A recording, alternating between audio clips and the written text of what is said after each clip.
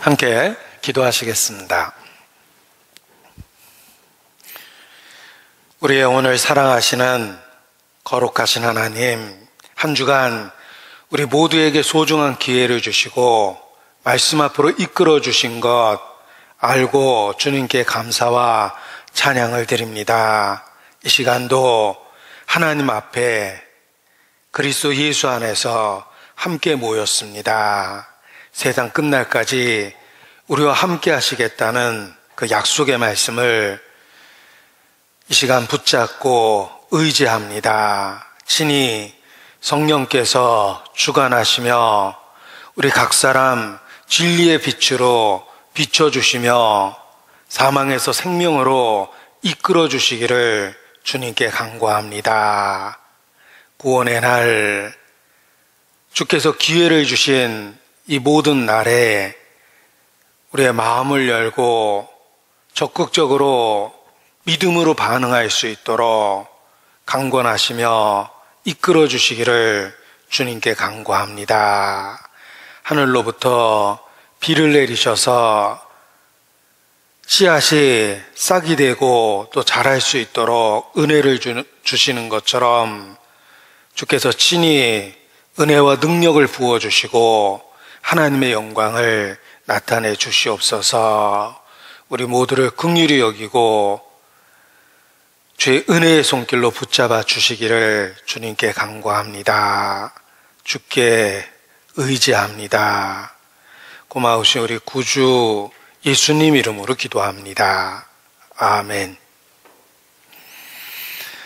네, 성경 신약 성경 요한복음 17장 3절 말씀을 찾겠습니다. 신약 성경 177페이지 요한복음 17장 3절입니다. 요한복음 17장 3절 네, 함께 읽겠습니다. 영생은 곧 유일하신 참 하나님과 그의 보내신 자 예수 그리스도를 아는 것이니이다.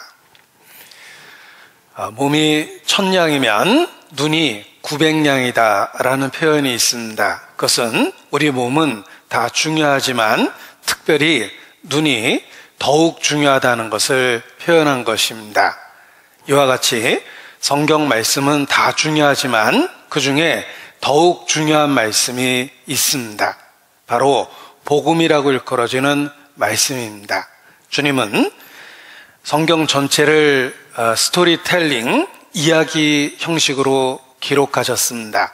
딱딱한 신학적인 교과서가 아니라 아브라함, 이삭, 야곱 이와 같은 믿음의 선진들의 삶을 통해서 삶의 현장에서 역사하신 모습으로 기록하신 것입니다. 그것은 우리의 각 사람의 삶에 주님이 함께 하시고 있다는 것을 보여주신 것입니다. 그런데 이야기 형식으로 기록된 것은 장황하다는 단점이 있고 무엇이 중요한지 구별되지 않는 경우가 있습니다. 그래서 하나님께서 중간중간 핵심적인 진리를 분명하게 요약해서 다시 한번 정리하곤 하셨습니다. 학자들은 성경이 기록된 내용들을 살펴보면서 이와 같은 것들을 집약적 계시의 원칙이다 라고 표현합니다. 집약적 계시의 원칙이란 핵심적이고 중요한 내용을 요약해놨다는 것입니다. 때로는 수학의 공식처럼 한 말씀 속에 핵심을 요약해놓거나 또는 한 장의 중요한 주제를 다 모아놓으신 겁니다. 예를 들면 고린도전서 13장, 그러면 사랑과 관련한 말씀들이 있다는 걸 알게 되고 고린도전서 15장, 부활에 관한 내용들을 집약적으로 설명해 주셨습니다. 또 히브리서 11장 그러면 믿음장이다. 믿음에 관한 주제로 이렇게 말씀하셨습니다. 집약적 계시의 원칙으로 기록된 성경은 핵심적인 내용을 중간중간 분명하게 요약하셨다는 것입니다. 왜 그러한 방식으로 기록하셨을까? 하나님은 사랑이시며 모든 사람이 진리를 알기를 원하십니다. 따라서 핵심을 놓치지 않도록 중요한 내용을 정리해 주신 것입니다. 그 핵심적인 구절 중에 하나가 오늘 시작할 때 읽은 요한복음 17장 3절 말씀입니다. 아주 짧지만 핵심이 무엇인지를 그 짧은 말씀 속에 담아두셨기 때문에 그렇습니다. 영생은 곧 유일하신 참 하나님과 그의 보내신 자 예수 그리스도를 아는 것이니이다. 핵심을 분명하게 요약하셨습니다. 영생은 영원한 생명, 사람은 영생을 얻기 위해서 이 세상에 온 것입니다. 인생의 목적이 무엇인가? 단 한마디로 표현하면 우리는 영생을 얻기 위해서 이 땅에 온 것입니다. 그런 의미에서 우리의 삶을 연극으로 비유하면 인생 3막으로 이루어져 있다, 이렇게 표현할 수 있습니다. 태중의 10개월이 인생 제1막이었다면 그 태중의 기간을 거쳐 인생 7, 80년 현재의 삶을 살고 있습니다. 이것이 인생 제2막입니다. 어느 날 죽음이 찾아올 텐데 끝이 아닙니다. 죽음은 영원한 세계로 나아가는 출입문일 뿐입니다. 영원한 세계가 있고 영생을 누리게 되는 것입니다. 내세라는 인생 제3막이 있는 것입니다. 사람을 지으신 목적은 바로 영원한 생명을 주시기 위해서입니다. 우리가 지금까지 인생을 어떻게 살았든지 혹 영생을 얻지 못하고 인생을 살았다면 그 사람의 삶은 한마디로 헛되다라고 선언할 수밖에 없습니다. 헛되고 헛되며 헛되고 헛되니 모든 것이 헛되도다. 5번의 반복을 통해서 영생을 얻지 못한 삶이 아무런 의미가 없음을 선포하셨습니다. 자기가 짐승과 다름이 없음을 깨닫게 하려 하심이라 라고도 말씀하셨습니다. 어느 날 문득 자신의 삶이 아무런 의미 없이 보일 때가 있습니다. 그것은 현세에 집착하여 영원한 세계와 상관없이 살았고 그 삶 속에 하나님이 없었기 때문에 삶이 스스로도 의미 없어 보였던 것입니다. 영원한 세계가 있다는 것을 하나님은 대자연을 통해서도 증거하십니다. 생각해 보십시오. 날개에 있는 모든 것들은 2번의 탄생을 경험합니다. 처음에는 알로 태어나고 어미의 사랑으로 부화돼서 진정한 생명을 갖게 됩니다. 날개에 있는 모든 것이 2번 태어난다라는 것은 부활이 있다는 것을 증거해 준 겁니다. 또 아름다운 꽃도 시작은 보잘것없는 씨앗이었습니다. 꽃씨를 손에 모아놓고 비비면 손에서 다 부서져 버립니다. 그러나 그 보잘것없는 씨앗을 땅에 심으면 노랗고 파랗고 아름다운 꽃이 됩니다. 현재의 삶은 씨앗과 같고 죽음 이후에 변화된 세계가 있다는 것을 자연을 통해서 보여주신 것입니다. 또 계절의 변화도 그러합니다. 한겨울 추위 속에 온 세상이 꽁꽁 얼어버렸습니다. 모든 것이 끝난 것처럼 보이지만 봄이 오면 따뜻한 기운에 다시 싹이 나고 아름다운 꽃이 핍니다. 겨울이 지나고 봄이 옵니다. 저녁이 지나고 또 새로운 날이 옵니다. 우리는 이러한 반복을 통해서 죽음 그리고 부활이 있다는 것을 깨닫게 되는 것입니다. 고린도전서 15장에 또 이렇게 말씀하셨습니다. 육체는 다 같은 육체가 아니니 하나는 사람의 육체요, 하나는 짐승의 육체요, 하나는 새의 육체요, 하나는 물고기의 육체라. 죽은 자의 부활이 이와 같다 라고 설명해 주십니다. 대자연을 살펴보면 여러 형태의 생물들이 있습니다. 하늘에는 새가 있습니다. 너무 뚱뚱한 새를 그렸는데 새가 있습니다. 또 깊은 산 속에는 다람쥐도 있고 노루도 있고 짐승들이 있습니다. 뭘 그리려고 그러냐면 다람쥐를 그리려고 합니다. 다람쥐입니다. 자, 산에는 다람쥐도 있습니다. 그런가 하면 깊은 호수에는 물고기도 있습니다.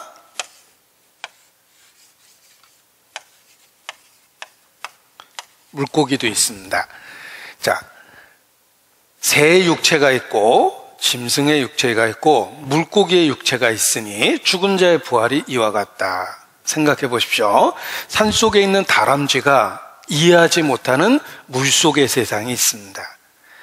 세상에 물속에서 어떻게 살아? 물속에서는 살 수가 없는 거야. 자신의 경험상 그렇습니다. 내 친구는 옛날에 들어갔는데 아직도 안 나오고 있잖아. 물속에 들어가면 살 수가 없는 거야. 나름대로 확신을 할 겁니다. 그러나 다람쥐가 이해하지 못하는 물속의 세계가 있고 물고기가 이해하지 못하는 바깥 세상이 있습니다. 우리는 육신을 갖고 현세에 살고 있는데 우리가 이해하지 못하는, 경험해보지 못한 내세가 있다는 것입니다. 기독교는 근본적으로 내세의 종교입니다. 부활의 종교입니다. 예수께서도 이 세상은 나의 나라가 아니라고 말씀하셨습니다. 장차오는 하나님의 나라가 있음을 그렇게 표현하신 것입니다. 죽음 이후 부활이 있다는 것을 하나님은 말씀을 통해서 증거하고 또 대자연을 통해서 여러 모양으로 설명해 주신 것입니다. 기어다니는 애벌레가 꿈틀꿈틀 징그럽기도 한데 번데기가 됐습니다. 다 끝난 줄 알았는데 터져서 번데기가 터지고 나비가 돼서 날아갑니다. 처음에 애벌레의 모습과 나비의 모습을 비교해 보십시오. 죽음 이후 부활이 있다는 것을 자연을 통해서 설명해 주신 것입니다. 이것은 사람을 가르치기 위해서, 자연을 통해서 사람을 가르치기 위해서 주신 것입니다. 우리는 이러한 관찰을 통해서 죽음 이후 부활의 세계가 있다는 것을 알게 됩니다. 또 사람 본성 속에 영원을 사모하는 마음을 주셨습니다. 우리에게 영생을 주시고자 하기 때문에 영원을 사모하는 마음을 주신 것입니다. 사모하는 마음을 본능이라고 이야기하는데 인간 생존에 필요한 본능을 주십니다. 식욕이 있기 때문에 음식을 찾고 성욕이 있기 때문에 이성을 찾고 생존을 위한 본능을 주셨습니다. 그와 같이 하나님께서 사람에게 영원을 사모하는 마음을 주셨습니다. 영원한 세계가 있기 때문에 그렇습니다. 자, 영원한 생명을 얻는 것, 영생, 이것이 인생의 목적입니다. 그런데 이렇게 중요한 영생을 어떻게 얻을 수 있는가? 정답은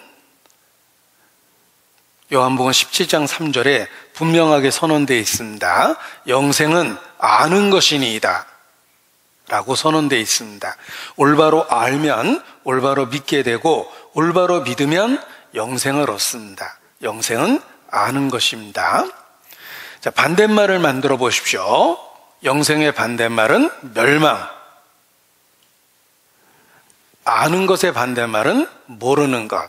따라서 멸망은 모르기 때문에 멸망하는 것입니다. 영생은 아는 것이며 멸망은 모르는 것입니다. 내 백성이 지식이 없어 망하는도다. 호세아 선지자도 그렇게 탄식했습니다. 모르면 멸망하는 것입니다. 너희가 그때 하나님을 알지 못하여 본질상 하나님이 아닌 자들에게 종노릇하였다 라고 책망하기도 했고, 이 세대의 관원이 이 지혜는 하나도 알지 못하였으니 알았더라면 영광의 주를 십자가에 못 박지 아니하였으리라. 모르니까 하나님의 아들을 죽인 겁니다. 저희가 이런 일을 하는 것은 아버지와 나를 알지 못함이니라. 모르면 멸망합니다. 철로역정 마지막 부분은 아주 충격적입니다. 한 사람이 천국 문 앞에서 지옥으로 뚝 떨어집니다. 그리고 그 사람의 실명이 기록되어 있는데, 철로역정 마지막 장면을 기억하십니까? 지옥으로 떨어지는 그 사람의 이름이 바로 무지입니다. ignorance, 지식이 없음, 몰라서 멸망하는 것입니다. 따라서 사람으로서 영생을 얻기 위해서, 인생의 목적을 이루기 위해서 반드시 알아야 합니다. 영생은 아는 것입니다. 무엇을 알아야 되냐면 하나님과 그의 보내신 자 예수 그리스도를 알아야 됩니다. 다시 한번 요한복음 17장 3절을 보겠습니다. 영생은 곧 유일하신 참 하나님과 그의 보내신 자 예수 그리스도를 아는 것이니이다. 그런데 여기 그냥 하나님이 아니고 참 하나님 이렇게 표현하셨습니다. 여기 참자가 도대체 왜 있는 것일까? 하나님 믿는 세계 속에 가짜가 많기 때문에 경고하신 겁니다. 같은 명칭과 용어를 사용하면서 서로 다른 신을 믿는 경우가 많습니다. 그래서 하나님 믿는 세계 속에 가짜가 많기 때문에 올바로 믿어야 된다라는 걸 강조하기 위해서 참 하나님 이렇게 표현되어 있는 것입니다. 그림 퀴즈 하나 드리겠습니다. 자, 화면을 보고 다른 것과 다른 것을 찾아보십시오. 그림 퀴즈입니다. 잘 보면 보입니다. 여기 양떼 속에 양의 탈을 쓴 이리, 늑대가 보입니다. 양의 탈을 쓴 이리입니다. 얼핏 보면 양처럼 보이지만 속에는 노략질하는 이리입니다. 섬뜩하죠? 예수께서 사용하신 말씀입니다. 양의 탈을 쓴 이리를 조심하라고 말씀하셨습니다. 그것은 기독교의 형식을 갖고 있는 그 속에 사탄의 역사가 있다는 것입니다. 예수님을 누가 죽였습니까? 충격적이게도 하나님을 섬긴다고 하는 유대 종교가 대제사장들, 바리새인들, 서기관들, 율법사들, 그들이 하나님의 아들을 죽였습니다.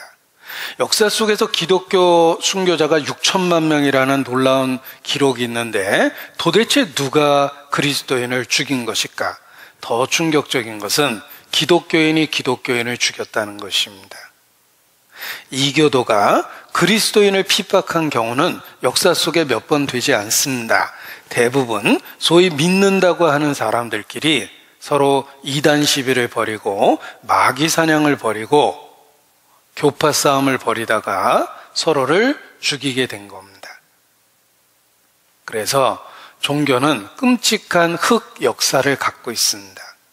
그래서 혹 하나님을 찾으려 하다가 그 역사를 보고 마음에 회의감을 갖는 사람도 많이 있습니다. 사탄은 기억하십시오. 기독교 안에 깊숙이 들어와 있습니다. 양의 탈을 쓰고 있습니다. 대한민국을 대표하는 유명한 목사님들, 이런 얘기는 정말 슬픈 얘기인데 대부분 PD 수첩 출신입니다. 그것이 알고 싶다에 많이 나오신 분들입니다. 종교적 비리로 사회적 물의를 일으켜서 사회 고발 프로그램에 나온 분들이 아직도 대부분 한국의 기독교를 대표한다고 자처하고 있습니다. 사탄은 기독교의 옷을 입고 있습니다. 사탄은 기독교의 옷을 입고 있습니다. 제가 쓴 표현은 청교도 때부터 사용하던 표현입니다. 그 시대에도 그러했습니다. 이런 그 이야기를 들은 적이 있습니다. 천국에 천사들이 갑자기 바쁘게 막 움직였답니다. 무슨 일인지 사람들이 궁금해서 왜 그러냐고 물어보니까 오늘 천국에 목사님이 들어온다고 막 준비하느라고 천사들이 바빠졌답니다. 그래서 사람들이 불평을 했답니다. 아이고, 세상에서도 목사님이 대접받았는데 천국에서도 그러는구나 하고 이렇게 불평하니까 천사가 말하기를 그게 아니고요, 목사가 하도 오랜만에 천국에 와서 너무 반가워서 그렇다고 대답을 했답니다. 누군가가 만든 이야기겠지만 정말 슬프기도 하고 또 교훈적이기도 합니다. 믿는 세계 속에 가짜가 많습니다. 역사가 증거합니다. 따라서 하나님을 믿되 참 하나님을 믿는 것, 그것이 중요하다는 것을 일깨워 주신 것입니다. 그렇다면 도대체 어떤 하나님이 참 하나님입니까? 저는 대한예수교 침례에 속해 있으니까 침례가 올바른 거다라고 주장하고 우기고 싶지만 그렇게 이야기할 수 없습니다. 단지 교파적인 명칭만으로 옳다고 주장할 수는 없기 때문에 그렇습니다. 사회적 물의를 일으키는 이단들은 대부분 간판은 그럴듯한 간판을 달아서 활동하기도 했습니다. 도대체 어떤 하나님이 참 하나님입니까? 어렵지 않습니다. 정답이 분명합니다. 이 말씀이 곧 하나님이시니라. 말씀 속에 나타난 하나님이 참 하나님입니다. 너의 말하고 행하는 바가 이 말씀에 맞지 아니하면 너희가 정녕 아침빛을 보지 못하고 이 땅으로 헤매며 공고하며 번주하며 줄일 것이라. 이사야서 8장에 그렇게 말씀하셨고 예수께서도 내가 너에게 이른 이 말이 마지막 때 너희를 심판할 줄 알라 라고 말씀하기도 하셨습니다. 참 하나님은 말씀에 계시된 하나님입니다. 죽음을 건너가면 책들이 펼쳐져 있고 책들에 기록된 대로 주께서 저희를 심판한다고 반복해서 경고하셨습니다. 참 하나님은 말씀에 계시된 하나님입니다. 그렇다면 창세기로부터 요한계시록까지 나타난 하나님의 모습은 어떤 하나님일까? 누구든지 분명하게 알 수 있습니다. 성경에 나타난 하나님의 모습은 일관성이 있기 때문에 어느 페이지 어떤 사건을 봐도 그 하나님을 알 수 있습니다. 성경에 나타난 그 하나님은 의롭고 거룩하십니다. 죄를 미워하십니다. 하나님은 빛이십니다. 그에게는 어둠이 조금도 없으십니다. 성경에 나타난 하나님, 참 하나님은 거룩하고 의로운 하나님입니다. 그래서 기도할 때 주기도문에도 하늘에 계신 우리 아버지 이름을 거룩히 여김을 받으시오며 라고 먼저 기도를 합니다. 기도할 때 하나님이 거룩하다는 사실부터 일깨워라. 하나님이 선지자들에게 나타날 때 내 발에 신을 벗으라 라고 요구하십니다. 발에 신을 벗으라 라는 말은 발은 땅을 딛고 살고 있기 때문에 더러운 게 묻어 있습니다. 우리의 삶에 이런저런 죄가 들어있다는 것을 일깨우시고 구별돼야 된다는 것을 먼저 명령하신 것입니다. 내가 거룩하니 너희도 거룩하라.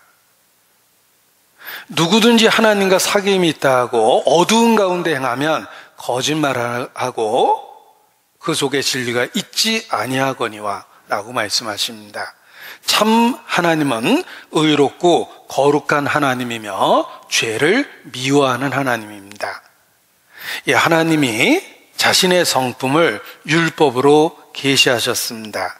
율법은 거룩하고 의롭고 선합니다. 하나님은 거룩하고 의롭고 선합니다. 바로 하나님의 성품입니다. 율법은 1.1핵이라도 없어지는 게 아닙니다. 법은 지켜져야 되기 때문에 그렇습니다. 하나님은 절대로 악과 죄와 타협하지 않습니다. 어둠을 결코 용납하지 않습니다. 이것이 성경에 나타난 참 하나님의 모습이요, 우리 각 사람이 죽음을 건너가면 만날 그 하나님이십니다. 하나님은 의롭고 거룩하십니다. 마태복음 5장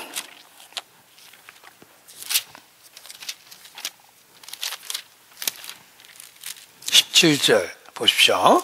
마태복음 5장 17절입니다.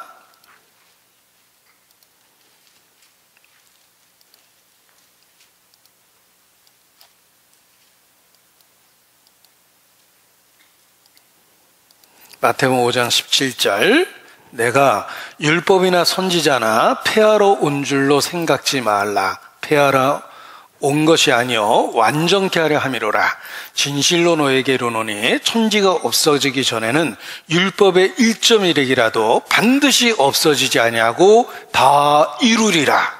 율법은 1.1핵이라도 없어지는 것이 아닙니다. 하나님은 반드시 자신이 만든 법을 지킵니다. 하나님은 거룩하고 의롭기 때문에 그렇습니다. 야고보서 4장 12절에 보면 입법자와 재판자는 한 분이시니 하나님이시다 라고 선언합니다. 입법자와 재판자입니다. 법은 하나님이 만드셨습니다. 법을 만드신 하나님은 반드시 법을 지킵니다. 법이 있는데 법을 지키지 않으면 사법농단입니다. 대통령도 탄핵의 사유가 됩니다. 이거 듣고 뜨끔할 분이 어딘가 계실 겁니다. 대통령도 탄핵의 사유가 됩니다. 법은 반드시 지키는 겁니다. 하나님이 입법자라면 법을 지킬 재판자이기도 하다는 것입니다. 1.1핵이라도 법은 없어지지 않습니다. 소크라테스, 성자라고 사람들에게 추앙받는 그가 죽음을 스스로 맞이했습니다. 악법도 법이다. 도망갈 기회가 있었지만 거절하고 악법도 법이다 라고 말하고 독배를 마셨습니다. 잘못된 법이라도 법을 어기는 것보다는 차라리 지키는 게 낫다. 더 많은 걸 잃어버리게 된다는 뜻입니다. 그 법 개념이 바로 하나님으로부터 왔다는 것을 기억하셔야 됩니다. 자, 법대나 법원에 가면 꼭 보는 그림과 조각이 있습니다. 법원에 있는 그림과 조각입니다. 이것이 법입니다. 이걸 디케라고 그러는데 정의의 신이라는 뜻입니다. justice라는 말이 바로 이 디케라는 말에서 유래된 겁니다. 정의라는 뜻입니다. 법을 나타내는 정의의 신입니다. 손에 저울을 들고 있습니다. 법대로 한다는 뜻이고 빼든 칼을 들고 있습니다. 망설이지 않고 단호히 심판하겠다 이런 뜻입니다. 이것이 법입니다. 대한민국 경찰 독수리는 용맹하고 신속하다. 그리고 저울이 목에 탁 걸려있죠. 목숨처럼 지켜야 될 게 법이라는 뜻이에요. 경찰이라면. 경찰의 법을 나타내는 저울이 걸려 있습니다. 육군 군사법원 역시 저울이 있고 단호한 집행이라는 칼이 있습니다. 빼든 칼이에요. 칼집에 있는 게 아닙니다. 대법원 표시입니다. 역시 저울을 들고 있습니다. 이것이 법입니다. 그런데 이 디케는 항상 눈을 감고 있습니다. 왜 디케의 눈이 감겨 있는 것일까? 법을 나타냅니다. 디케는 눈을 감고 있습니다. 어디에 어떻든 전 세계 곳곳에 법정에 서 있는 디케입니다. 항상 눈이 감겨 있습니다. 디케의 눈, 왜 감겨 있는 것일까? 이것이 법입니다. 절대 안 봐주겠다는 뜻입니다. 아들일지라도 조카일지라도 같은 해병대 나왔다고 같은 지역 사람이라고 절대 봐주지 않습니다. 그것이 법입니다. 이 법 개념이 하나님으로부터 왔다는 걸 기억하셔야 됩니다. 하나님은 거룩하십니다. 우리가 만날 참 하나님은 의롭고 거룩하시며 빛이신 하나님이십니다. 성경에 수없이 강조되어 있습니다. 하나님은 빛이시라. 그에게는 어둠이 조금도 없으시니라. 우리 하나님은 소멸하는 불이시라. 히브리서 12장 29절인데 단호하게 심판한다는 뜻입니다. 이 소멸하다라는 말이 destroying 또는 consuming 이런 단어를 씁니다. 의미가 섬뜩하죠. 확 태워버리는 화염 방사기 생각하시면 됩니다. 그렇게 쏟아지는 불처럼 단호하게 심판한다는 뜻입니다. 우리 하나님은 소멸하는 불이십니다. 시편 99편입니다. 시편 99편 3절. 자, 화면에도 있습니다. 주의 크고 두려운 이름을 찬송할지어다. 그는 거룩하시도다. 또 5절. 너희는 여호와 우리 하나님을 높여 그 발등상 앞에서 경배할지어다. 그는 거룩하시도다. 99편 9절. 너희는 여호와 우리 하나님을 높이고 그 성산에서 경배할지어다. 대저 여호와 우리 하나님은 거룩하시도다. 시편 99편에 3번이나 반복하셨습니다. 하나님은 거룩하시다는 거예요. 하나님이 나타나시면 천군 천사가 소리를 칩니다. 거룩하다, 거룩하다, 거룩하다. 하나님 만날 준비를 하라는 것입니다. 시내산에서 이스라엘 백성에게 하나님이 직접 딱 한 번 나타나셨습니다. 어떻게 나타나셨습니까? 시내산에서 나타난 하나님의 모습입니다. 온 산이 화염에 충천했습니다. 온 산이 진동하고 우레와 번개와 천둥과 지진 가운데서 하나님이 나타나셨습니다. 하나님이 거룩하다는 걸 충격적인 방법으로 알려주신 거예요. 내게 근접하지 마라. 내가 너희를 돌격할까 두렵다. 나를 보고 살 자가 없느니라. 돌격한다고 그랬죠? 죄를 보시면 하나님의 속성이 달려들게 돼 있어요. 죄를 아주 미워하십니다. 여러분, 수천도 뜨거운 그 가마솥, 열가마에 화약으로 만든 물건이 있다고 생각해 보십시오. 수천도 열이 발생하는 그 열가마에 화약으로 만든 물건이 있으면 그 앞에 놓자마자 터져버릴 겁니다. 죄가 그렇습니다. 우리는 평생 죄를 짓고 사는데 하나님 앞에 서면 터져버리게 돼 있어요. 나를 보고 살 자가 없다. 성경에 있는 참 하나님은 의롭고 거룩한 하나님입니다. 기억하셔야 됩니다. 내가 잠잠하였더니 네가 나를 너와 같은 줄 생각하였도다. 인간은 하나님을 크게 잘못 생각합니다. 무슨 인자한 어머니 같은 줄 압니다. 그래서 말세가 되면 카톨릭이 인기를 끄는 거예요. 성모, 어머니잖아. 어머니 사랑으로 나를 받아줄 거야. 내가 무슨 짓을 해도 그냥 끌어안고 사랑한다고 얘기하실 거야. 하나님을 어머니처럼 바꿔서 생각하는 겁니다. 또는 무슨 인자한 할아버지처럼 내가 무슨 짓을 해도 그냥 응석처럼 받아줄 것처럼 그렇게 잘못 생각합니다. 죽음 앞에서 기겁을 할 겁니다. 하나님은 의롭고 거룩합니다. 내 하나님 만나기를 내가 준비해야 할 것이니라. 그 준비하라라는 말이 너 단단히 각오하라라는 원어적인 뜻을 갖고 있습니다. 성경의 하나님이 의롭고 거룩한 하나님이라는 거 기억하셔야 됩니다. 하나님이 얼마나 거룩한지 가장 확실한 증거를 보여드리겠습니다. 하나님이 얼마나 죄를 미워하고 얼마나 거룩한지 가장 확실한 증거입니다. 자기 아들조차도 산채로 십자가에 못 박았습니다. 예수님이 아침 9시에 못 박혔는데 오후 3시에 돌아가셨습니다. 6시간 동안 발발발 떨면서 고통 속에 죽어갔는데 하나님이 6시간 동안 지켜봤습니다. 그냥 방치하셨죠? 죄를 얼마나 미워하는지를 보여준 거예요. 아들조차도 결코 용서하지 못한다라는 확실한 거룩함을 보여준 겁니다. 여러분, 십자가에서 무엇을 보십니까? 하나님의 거룩과 의로움을 보는 겁니다.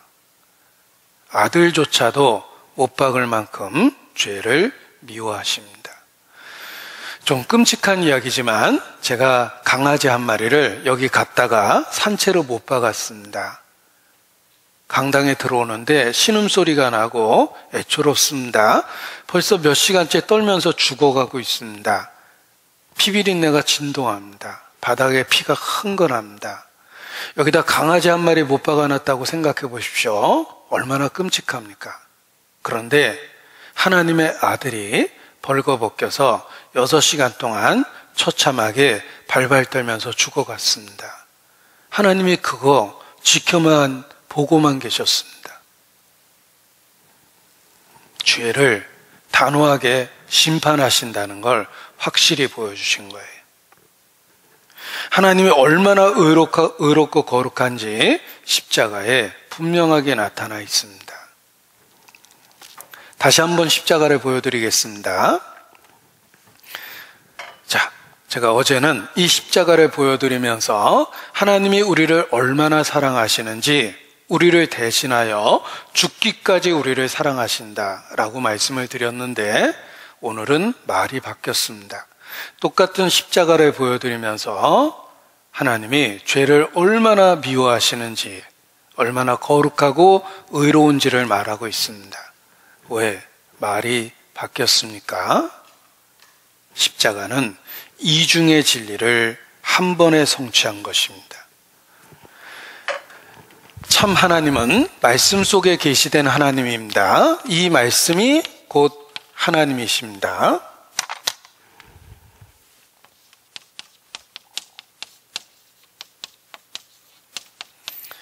여러분, 성경을 통해서 나타난 하나님이 어떤 하나님이십니까? 하나님은 빛이십니다. 빛이라는 말은 의롭고 거룩하다는 뜻입니다. 반드시 법을 지킵니다. 하나님의 법은 율법입니다. 율법을 어기면 condemn, 정죄되며 심판을 받고 지옥의 형벌의 장소에 가게 됩니다. 이것이 성경에 나타난 공의의 하나님, 법을 지킨다는 뜻의 공의입니다. 법률 용어입니다. 공평할 공자에 의로 의자를 써서 하나님은 반드시 법을 지킨다라는 말을 공의의 하나님이라고 합니다. 정죄하고 법대로 심판하신다는 뜻입니다. 성경에 무시무시한 하나님 나타나죠? 심판의 하나님, 바로 공의의 하나님입니다. 그런데 성경에는 또 하나의 하나님의 속성이 계시되어 있습니다. 바로 하나님은 사랑이시다라는 것입니다. 사랑은 은혜로 나타나고, 은혜는 어떠한 죄든지 용서해 주려는 모습으로 나타납니다. 성경에 나타난 하나님은 공의의 하나님이시기도 하며 또한 사랑의 하나님이시기도 합니다. 하나님에게는 이 두 가지 속성이 있는 것입니다. 그래서 하나님이 세상을 다스리는 경륜이 무엇인가 라는 어려운 말을 쓰는데 한마디로 공의와 사랑입니다. 그래서 여호와께서 그 보좌를 하늘에 세우시고 그 정권으로 만유를 통치하시는도다. 하나님이 세상을 다스리는 건 법을 지키기 때문에 그 자격이 있는 것입니다. 의와 공의가 주의 보좌의 기초라. 하나님이 세상을 다스리는 기초는 법을 지킨다는 거예요. 해가 왜 늘 동쪽에서 뜹니까? 하나님은 자기가 만든 법을 스스로 지키기 때문에 그렇습니다. 의와 공의가 주의 보좌의 기초라. 그리고 또 하나의 하나님의 속성은 사랑이죠. 인자함과 진실함이 주를 앞서 행하나이다. 이 사랑이라는 말이 히브리어로 헤세드입니다. 헤세드라는 말 기억하십시오. 신문이나 또는 기업의 무슨 제품 이름에 헤세드라는 이름이 많습니다. 히브리어로 널리 알려진 사랑이라는 단어이기 때문에 그렇습니다. 하나님의 은혜를 나타낼 때 헤세드라는 단어를 씁니다. 자, 하나님의 통치의 수레바퀴라고 해서 공의와 사랑입니다. 하나님은 두 가지 속성을 갖고 있다는 것입니다. 십자가는 이러한 두 가지 하나님의 속성을 한 번에 성취시킨 놀라운 사건입니다. 세상에서 모순되는 일들이 있습니다. 모순, 널리 알려진 이야기입니다. 이 창은 어떤 방패든지 뚫을 수 있습니다. 이 방패는 어떤 창이든지 막아낼 수 있습니다. 그렇다면 이 창으로 이 방패를 찌르면 어떻게 되는가? 이게 모순이에요. 뭔가 둘 중에 하나는 모순이 생깁니다. 하나님은 반드시 법을 지킵니다. 하나님은 모든 사람을 구원하고자 하십니다. 그런데 이 모순되는 것과 같은 두 가지 속성이 십자가, 예수님의 끔찍한 십자가를 통해서 성취된 겁니다. 다 이루었다라고 선포하셨을 때 하나님은 모든 법을 지키셨습니다. 죄삭은 사망이라는 법을 지키고 죄값을 받으신 거예요. 그런데 죄 없는 예수님이 죄값을 받으셨죠. 바로 사랑 때문에 그렇습니다. 십자가는 공의와 사랑을 한 번에 이루신 놀라운 사건이요, 하나님의 지혜입니다. 예수 그리스도는 하나님께로부터 와서 우리에게 지혜와 의로움과 거룩함과 구속함이 되셨으니, 제가 고린도전서 1장에 있는 말씀을 외운 건데 4개의 단어가 예수님을 통해서 성취된 겁니다. 지혜와 의로움과 거룩함과 구속함이 되셨습니다. 하나님의 지혜죠. 공의와 사랑, 모순 같았던 두 가지 속성이 한 번에 성취된 것입니다. 이러한 십자가 사건을 이해하게 도와주는 유명한 역사적 실화가 있습니다. 히랍의 자리우커스 왕과 관련한 놀라운 이야기입니다. 이 자리우커스 왕이 굉장히 무서운 법을 만들었습니다. 앞으로 누구든지 간음하면 산채로 두 눈을 뽑겠다. 무시무시한 법을 만들었는데 누군가가 그 법을 어겼습니다. 얼마나 화가 납니까? 누구냐? 잡아와라. 잡아왔는데 누구냐? 놀랍게도 하나밖에 없는 아들이었습니다. 왕은 고민에 빠졌습니다. 법대로 하면 아들 눈을 뽑아야 돼요. 아들이라고 용서해주면 사법농단이라고 그랬죠? 법이 없어지는 거예요. 아무리 고민해도 답이 없습니다. 여러분 같으면 어떻게 하시겠습니까? 저도 고민해 봤습니다. 나 같으면 어떡할까라고 고민해 봤는데 저 같으면 한밤중에 아들 데리고 야반 도주할 거예요. 어떻게 내가 아들의 눈을 뽑겠습니까? 아들 데리고 멀리 도망가 버릴 겁니다. 이 왕은 그럴 수도 없었어요. 결국 고민 끝에 결정했습니다. 법은 지켜져야 합니다. 공의는 지켜야 하느니라 결정했습니다. 으악! 눈을 뽑아버렸어요. 그런데 알고 보니까 두 눈 중에 한 눈은 아들 눈을 뽑았지만 나머지 한쪽 눈은 자기 눈을 뽑았어요. 두 눈이 뽑혔습니다. 법이 지켜졌습니다. 그런데 자기 눈을 대신 뽑았죠. 사랑을 나타낸 거예요. 이것은 박물관의 부조물입니다. 역사에 내려오는 실화예요. 자기 눈을 뽑은 자리우커스와 히랍의 왕이었습니다. 십자가가 그렇습니다. 십자가에서 무엇을 보십니까? 십자가에서 무엇을 보십니까? 하나님의 사랑을 보셨습니까? 잘못 보셨습니다. 나머지 한쪽 눈도 뜨고 두 눈으로 보셔야 돼요. 두 눈으로 보면 하나님의 의로운 사랑이에요. 십자가는 단지 사랑의 이야기가 아닙니다. 의로운 사랑이에요. 법을 지킨 사랑입니다. 예수님이 끔찍하게 돌아가실 때 엘리 엘리 라마 사막다니 하고 돌아가셨습니다. 번역하면 내 하나님이여 내 하나님이여 어찌하여 나를 버리시나이까 라는 뜻입니다. 어떤 이단은 이 예수님의 말씀을 아주 희한하게 해석합니다. 제가 공식 석상이니까 문선명씨라고는 절대 얘기 안 합니다. 어떤 이단은 아주 희한하게 해석하는데 이렇게 해석합니다. 야, 예수가 우리를 구원하려고 오기는 왔는데 그만 실패했다.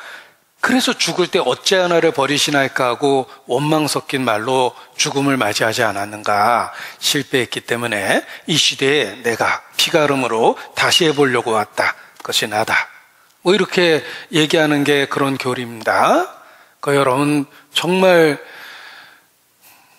100% 무서운 잘못된 교리예요. 누구든지 다른 복음을 전하면 저주를 받을지니 하늘에서 온 천사들일지라도 다른 복음을 전하면 저주를 받으리라. 갈라디아서 1장에 바울이 단호하게 이야기했습니다. 예수님이 실패한 게 아닙니다. 그런데 왜 그렇게 나를 버리시나이까 하고 돌아가셨을까? 보십시오. 엘리 엘리 하나님이여 하나님이여. 예수님은 한 번도 기도할 때 하나님이라고 기도한 적 없습니다. 아버지라고만 기도했어요. 아버지여 저희의 죄를 사하여 주옵소서. 저희는 저희가 하는 일을 알지 못하나이다. 아버지여 내 영혼을 아버지 손에 부탁하나이다. 하늘에 계신 우리 아버지. 늘 아버지라고 기도했는데 돌아가시는 순간에는 엘리 그랬습니다. 하나님이여. 왜 그렇게 외쳤습니까? 예수님은 나와 여러분의 죄를 짊어지고 하나님의 법정에 서 있어서 정죄를 받고 있었기 때문에 개인적인 아버지라는 호칭을 쓸 수가 없었어요. 법정에 서 있었기 때문에. 재판장인 하나님을 불렀고 재판하는 하나님은 법을 집행할 수밖에 없었습니다. 그래서 내 하나님이여 어찌하여 나를 버리시나이까 라고 외친 겁니다. 예수님의 그 절망적인 음성은 우리에게 희망이 됩니다. 왜냐하면 나 때문에 하나님의 아들이 버림받았다는 뜻입니다. 나 때문에 하나님의 아들이 버림받았다면 내가 결코 버림받지 않는다는 뜻입니다. 왕자 눈 대신 왕이 자기 눈을 뽑았다면 더 이상 왕자의 또 다른 눈을 뽑을 이유가 없습니다. 만약 어떤 신하가 왕자의 나머지 한쪽 눈도 뽑으려고 달려든다면 역적입니다. 왕의 눈이 뽑혔는데. 예수님의 절망적인 음성을 들어보십시오. 어찌하여 나를 버리시나이까? 나 때문에 버림받았다는 사실을 알려주신 겁니다. 그리고 처절하게 버림받았습니다. 그래서 내가 희망을 가질 수 있는 거예요. 버림받은 주님의 모습, 오 나의 주님 용서하소서. 죄인 위해 고난 받으셨네 라고 찬송하게 된 겁니다. 대신 고난을 받으신 거예요. 나 때문에 예수께서 버림받은 겁니다. 더 이상 내가 버림받을 이유가 없어진 거예요. 갈라디아서 2장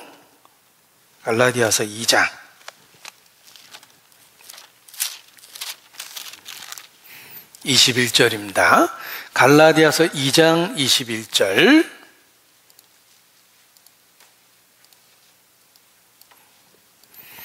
내가 하나님의 은혜를 패하지 아니하노니 만일 의롭게 되는 것이 율법으로 말미암으면 그리스도께서 헛되이 죽으셨느니라. 어리석도다. 갈라디아 사람들아, 예수 그리스도께서 십자가에 못 박히신 것이 너희 눈앞에 밝히 보이거늘 누가 너희를 꾀이더냐. 보십시오. 우리가 율법을 지켜서 천국 가고 율법을 어겨서 지옥 가는 거라면 예수님은 왜 죽었습니까? 괜히 죽은 거예요. 생각해 보십시오. 만약에 내가 죽어서 지옥 간다면 무섭죠. 그러나 억울하진 않습니다. 왜냐하면 행한 대로 보응을 받기 때문에 내가 한 짓대로 가서 벌을 받을 겁니다. 억울할 건 없어요. 무서운 거지. 그러나 만약에 내가 지옥에 가게 되면 예수님은 왜 죽었습니까? 예수님은 그냥 괜히 죽은 거예요. 그럴 수 없느니라. 어리석도다. 예수 그리스도께서 십자가에 못 박히신 것이 너희 눈앞에 밝히 보이거늘 누가 너희를 꾀이더냐. 예수님이 대신 죽으셨습니다. 나에게 충분하고 완전한 답이 되는 겁니다. 혹 내가 이뤄진다면 적어도 나에게 있어서 예수님은 괜히 죽은 게 되는 거예요. 헛되이 죽으셨느니라. 그럴 수 없느니라 라고 말씀하십니다. 자, 제가 아버지하고 같이 식사를 했는데 아버지께서 중간에 전화 받고 야, 급한 일이 있어서 먼저 가야 되겠다. 너 천천히 먹고 나와. 내가 밥값은 낼게 하고 먼저 가셨습니다. 그리고 계산하면서 저한테 소리치셨습니다. 밥값 다 냈다. 천천히 먹고 집에 가라 라고 얘기했는데, 자, 제가 음식 다 먹고 나오면서 음식점 주인에게 여기 밥값 얼마예요? 라고 물어보고 음식점 주인이 아까 당신 아버지 같은데 계산 다 했습니다 라고 대답합니다. 그때 만약에 내 반응이 무슨 얘기예요? 내 건 내가 내지 하고 돈 내고 나가면 나야 억울할 게 없어요. 먹은 거 낸 거니까. 그 순간 아버지가 냈던 것은 아무런 의미가 없게 만든 거예요. 우리가 율법으로 말미암아 구원을 받는 것이라면 그리스도는 헛되이 죽으셨습니다. 그럴 수 없느니라. 결코 그럴 수 없다라는 소리를 우리 귀에 들려주십니다. 그래서 죄책감에 시달리는 우리에게 마음의 위로를 주는 겁니다. 평강이 있을지어다. 죄값을 대신 갚아주신 것입니다. 십자가는 바로 하나님의 의로운 사랑을 나타낸 것입니다. 그래서 어제 배웠던 말씀이지만 십자가의 의미를 분명하게 나타냅니다. 사랑이죠. 희생입니다. 대신 죽은 희생, 사랑입니다. 그리스도의 사랑이 우리를 강권하시는도다. 친구를 위하여 목숨을 버리면 이보다 더한 사랑이 없다. 나는 너희를 위하여 목숨을 버리노라.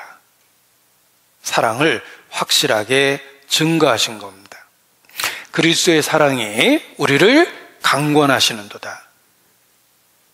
복음의 의미가 그런 의미입니다. 사랑으로 우리를 강권하고 붙잡고 매달리는 거예요. 오직 주의 사랑에 매여 내 영혼 기뻐합니다. 오직 주의 사랑에 매여 그리스도의 사랑이 우리를 강권하시는도다. 그런 의미입니다. 찬송가 28장에 이런 가사가 있습니다. 찬송가 28장 3절입니다. 주의 귀한 은혜 받고 일생 빚진 자 되네. 주의 은혜 사슬 되사 나를 주께 매소서.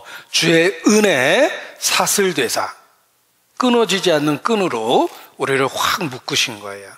주의 은혜로, 사랑으로. 그리스도의 사랑이 우리를 강권하시는도다. 십자가가 그렇습니다. 우리가 생각건대 보십시오. 한 사람이 모든 사람을 대신하여 죽었은즉 모든 사람이 죽은 것이라. 대신하여 죽었은즉, 죽었다라는 말은 공의의 집행입니다. 법이 집행됐죠. 그런데 내가 죽어야 될 자리에서 죄 없는 예수님이 대신 죽으셨습니다. 그 대신이라는 말 속에 사랑이 들어있는 거예요. 대신하여 죽었은즉, 공의와 사랑을 한 번에 성취한 것입니다. 이것이 십자가입니다. 한 사람이 모든 사람을 대신하여 죽었은즉 모든 사람이 죽은 것이라. 또 이어서 모든 사람을 대신하여 죽으심은 산자로 하여금 다시는 저희 자신을 위하여 살지 않고 오직 저희를 대신하여 죽었다가 다시 사신 자를 위하여 살게 하려 함이니라. 하나님이 죄를 알지도 못하신 자로 우리를 대신하여 죄를 삼으신 것은 우리로 하여금 저희 안에서 하나님의 의가 되게 하려 하심이니라. 여기 대신하여 죽었다는 말이 끊임없이 반복됐죠? 십자가의 의미입니다. 한 사람이 모든 사람을 대신하여 죽었다. 보십시오. 한 사람, 예수 그리스도께서 모든 사람, 온 인류를 대신하여, 온 세상 죄를 대신하여 죽으셨습니다. 제가 열심히 복음을 설명하니까 어떤 분이 아주 시답지 않은 표정으로 말씀을 듣다가 한마디 툭 내뱉으셨습니다. 뭐 예수 하나 죽었다고 그렇게 그러냐. 역사를 보라. 남을 위해서 죽은 사람 뭐 한둘이냐. 이순신 장군도 나라를 위해서 죽고 유관순 누나라도 만세 부르다 죽고 부모도 자식을 위해서 죽고 남을 위해서 죽는 이야기가 역사 속에 수두룩한데 뭐 예수 하나 죽었다고 뭐 그렇게 이야기하냐라고 얘기하셨습니다. 그분의 그러한 이야기를 들으면서 확실하게 일깨운 진리가 있습니다. 내가 잠잠하였더니 내가 나를 너와 같은 줄 생각하였도다. 예수님이 누군지 몰랐던 거예요. 감히 예수님하고 맞먹으려고 그랬던 거예요. 예수님은 하나님의 육체를 갖고 이 땅에 오신 분입니다. 그래서 한 사람이지만 온 세상 죄를 담당할 자격이 있는 겁니다. 자, 우리도 누구를 위해서 죽을 수 있습니다. 사랑하는 사람을 위해서. 예를 들면 내 아이가 심장병으로 죽어간다면 제가 부모된 입장에서 한치의 망설임 없이 의학적으로 가능하다면 심장 바꿔줍니다. 부모의 마음이 그런 거예요. 내 아이가 심장병으로 죽어간다면 심장 바꿔줍니다. 그럴 마음이 있어요. 그런데 다시 한번 생각해 보죠. 옆집 아이가 죽어가면 심장 바꿔줄 수 있습니까? 내 아이는 그럴 것 같은데 옆집 아이는 많이 망설여지죠. 옆집 강아지가 심장병으로 죽어가면 바꿔줄 수 있습니까? 뭔 개 같은 얘기를 다 하나, 이런 사람도 있습니다. 전혀 공감을 못하겠죠. 여러분, 모기를 위해서 죽을 수 있어요? 한 마리라서 그럽니까? 모기 1억 마리를 위해서 죽을 수 있습니까? 여러분은 차라리 모기를 멸종시키는 쪽을 택할 거예요. 예수님은 육체를 갖고 이 땅에 오신 하나님 자신이십니다. 그래서 한 사람이 온 세상 모든 사람의 죄를 담당할 충분한 가치가 있었던 거예요. 예수님은 육체를 갖고 이 땅에 오신 하나님이십니다. 나를 본 자는 아버지를 보았다. 나와 아버지는 하나이니라. 한 사람이 모든 사람을 대신하여 죽으신 것입니다. 바로 그 십자가를 통해서 공의와 사랑을 보여주신 것입니다. 제가 시편에서만 그러한 말씀을 좀 찾아봤습니다. 시편에서만 찾았는데 보세요. 시편 98편 2절입니다. 여호와께서 그 구원을 알게 하시며 그 의를 열방의 목전에 명백히 나타내셨도다. 어디서? 십자가에서. 어떻게? 대신 죽음으로. 구원과 의로움을 한 번에 나타나신 거예요. 영어로 보십시오. His salvation, 구원과 His righteousness, 의로움을 한 번에 나타내셨습니다. 십자가에서. 또 시편 72편 15절, 내가 측량할 수 없는 주의 의와 구원을 내 입으로 종일 전하리이다. 이것이 나의 찬송이라. 보십시오. Your righteousness and your salvation. 당신의 의로움과 그 구원을 내가 찬양하리이다. 십자가에서 한 번에 나타난 거예요.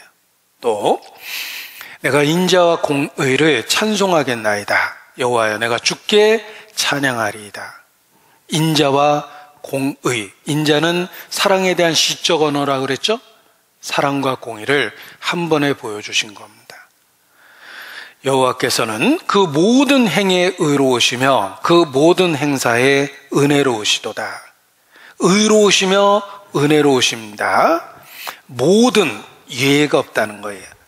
하나님은 십자가를 통해서 완전한 의로움을 보여주셨고, 또 십자가를 통해서 완전한 사랑을 보여주신 것입니다. 하나님이 얼마나 거룩하고 의로운지 알게 되면 예수님을 믿어야 될 절대적인 이유를 깨닫게 됩니다. 그 의롭고 거룩한 하나님 앞에 어떻게 나아가렵니까? 오직 구세주 예수 그리스도를 믿고 나아갈 수밖에 없는 겁니다.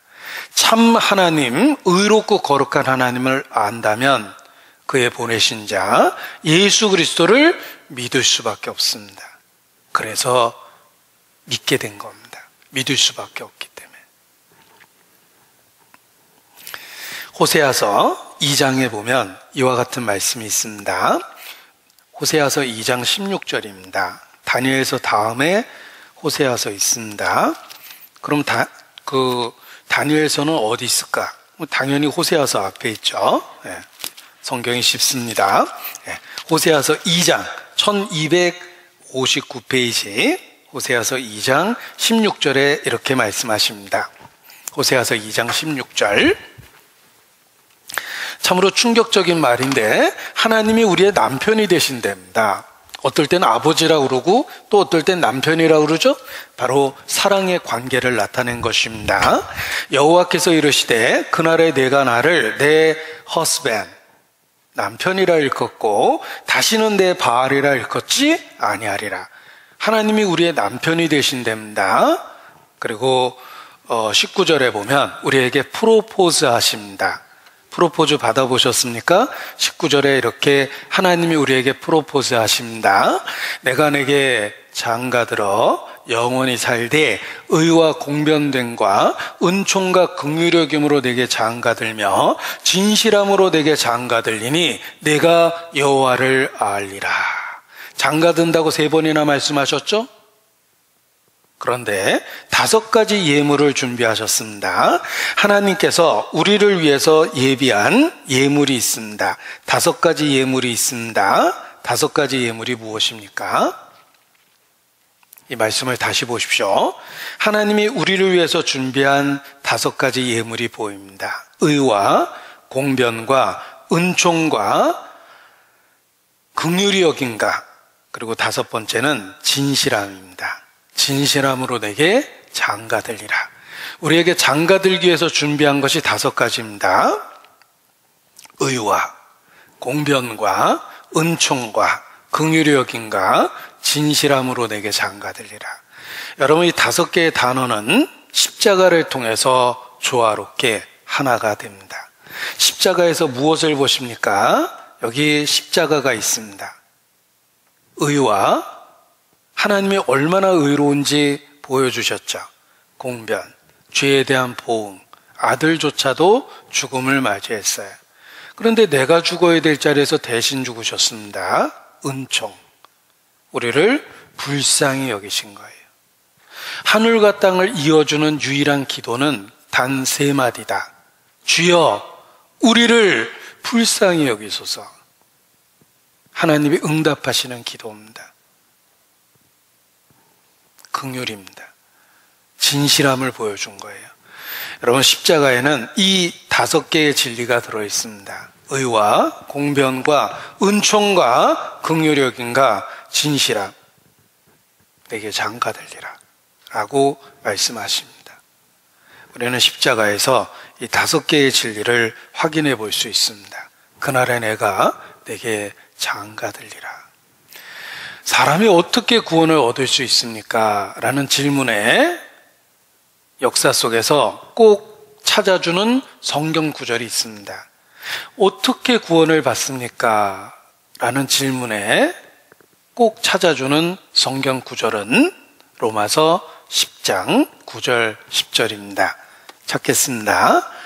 신약 성경 로마서 10장 9절 10절입니다. 로마서 10장 9절 10절. 자, 화면에도 표시해 봤습니다.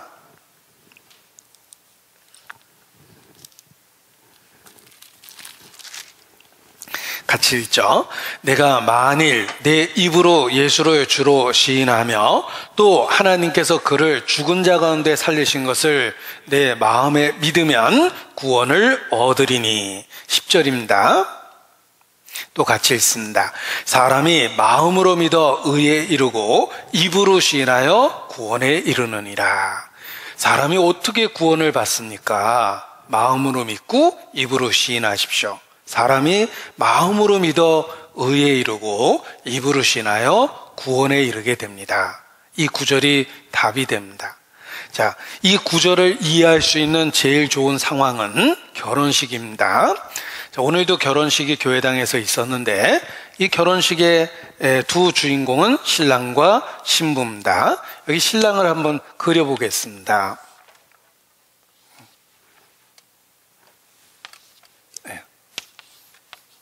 신랑입니다. 더 잘 그릴 수도 있었는데 백목이 잘 안 나오네요. 신랑입니다. 잘 생긴 신랑입니다. 신부도 있어야 되겠습니다. 아름다운 신부를 그려보도록 하겠습니다. 레이스 달린 옷도 있고 앵두 같은 입술, 이렇게 신부도 그려봤습니다. 자, 결혼식입니다. 결혼식의 하이라이트는 성혼 선포입니다. 두 사람이 합법적으로 결혼했다는 것에 증인이 돼주려고 우리가 결혼식에 가는 것입니다. 어떤 분은 결혼식의 하이라이트가 갈비탕, 피로연이잖아, 이렇게 이야기하는데 성혼 선포입니다. 자, 성혼 선포를 하기 전에 법적으로 반드시 해야 되는 것이 있습니다. 그것이 바로 혼인서약이에요. 정말 결혼할 의사가 있는지 공개적으로 꼭 물어봅니다. 먼저 신랑에게 묻겠습니다. 신랑은 옆에 있는 신부를 아내로 맞이하여 즐거울 때나 괴로울 때나 병약할 때나 건강할 때나 부할 때나 가난할 때나 그 어떤 경우에도 아내로 사랑하고 남편 된 도리를 다 하시겠습니까?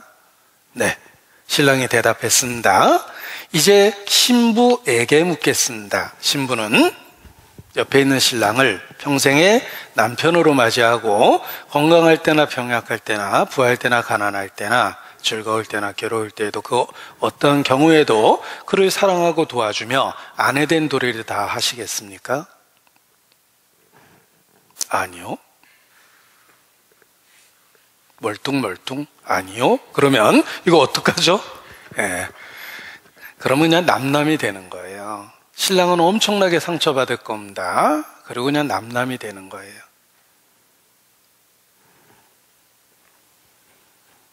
네, yes, I do. 네, 라고 대답하면 합법적인 부부가 되지만 거절하면 신랑에게 엄청난 상처를 주고 그냥 남이 되는 겁니다.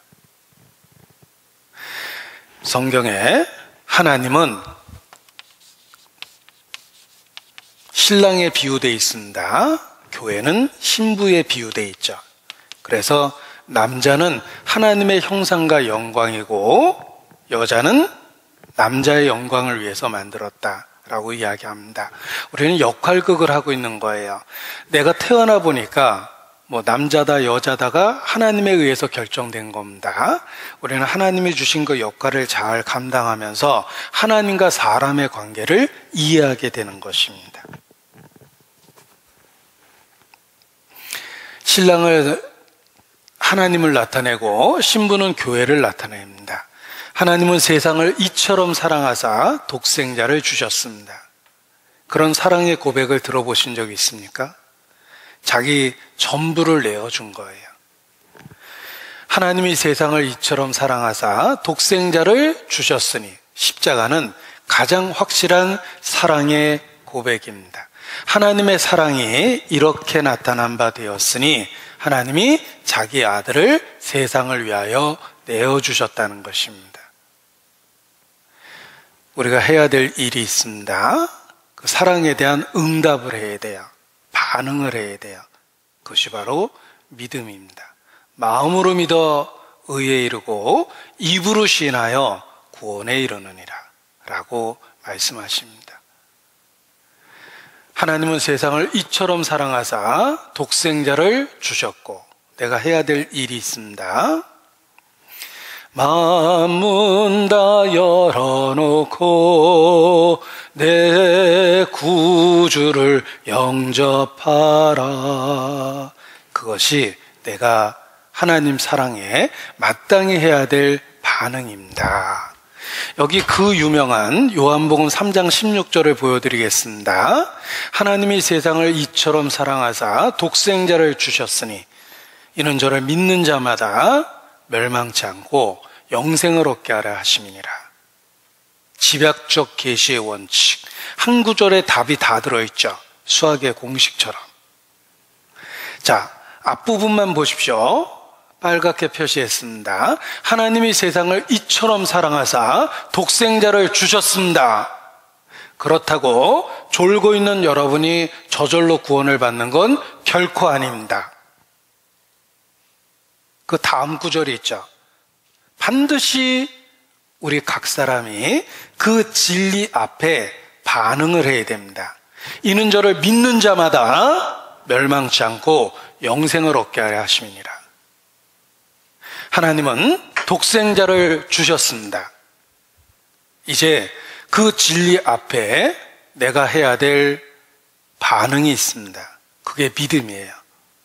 이는 저를 믿는 자마다 멸망치 않고 영생을 얻게 하려 하심이라. 믿어야 되는 거예요. 마음으로 믿고 입으로 시인해야 됩니다. 그것이 진리 앞에 내가 온 인격적으로 반응해야 될 내용입니다. 전인격이라고 이야기할 때 사람을 지정의 이렇게 분류합니다. 지식과 감정과 의지가 있다고 합니다. 지식 알아야 돼요. 예수님이 누군지 무슨 일을 하셨는지 아셔야 됩니다. 정 감정이죠. 공감하고 반응해야 돼요. 의지적, 결단하고 결심하고 고백해야 돼요. 그것이 전인격적으로 반응한 거예요. 알 걸 알아야 되고 공감할 걸 공감하고 그리고 의지를 갖고 신앙을 반응을 해야 됩니다. 그 누가 문을 두드려 우리들의 마음의 문을 그 누가 두드리신다. 사랑으로 우리 마음을 두드리세요. 내가 해야 될 일은 주의 음성을 듣고 마음의 문을 여는 거예요. 그게 믿음입니다. 만문 다 열어놓고 내 구주를 영접하라. 이게 내가 해야 될 일이에요. 마음으로 믿고 입으로 시인하라. 그림 하나를 보여드립니다. 굉장히 유명한 그림이에요. 교회 역사 속에. 요한계시록을 그림으로 그린 겁니다. 보라, 내가 문 바깥에서 문을 두드리노니. 요한계시록 3장 20절입니다. 누구든지 내 음성을 듣고 문을 열면 내가 들어가 그로 더불어 먹고 그는 나로 더불어 먹으리라 말씀하셨습니다. 이 그림이 유명한 이유는 다시 한번 보십시오. 그림을 보십시오. 유명한 이유는 문에 문고리가 없어요. 마음의 문이기 때문에. 이 문은 안에서 열어줘야 되는 거예요. 예수님은 우리의 마음의 문을 두드리시지만 부시고는 안 들어오세요. 내가 안 믿으려고 그러는데 믿어지는 법은 없어요. 누구든지 내 음성을 듣고 문을 열면 내가 해야 될 일이 있죠? 믿음으로 반응하는 거예요. 마음으로 믿고 입으로 시인하는 겁니다. 그것이 진리 앞에 내가 해야 할 반응과 태도입니다. 이것을 믿음이라고 그러는 거예요.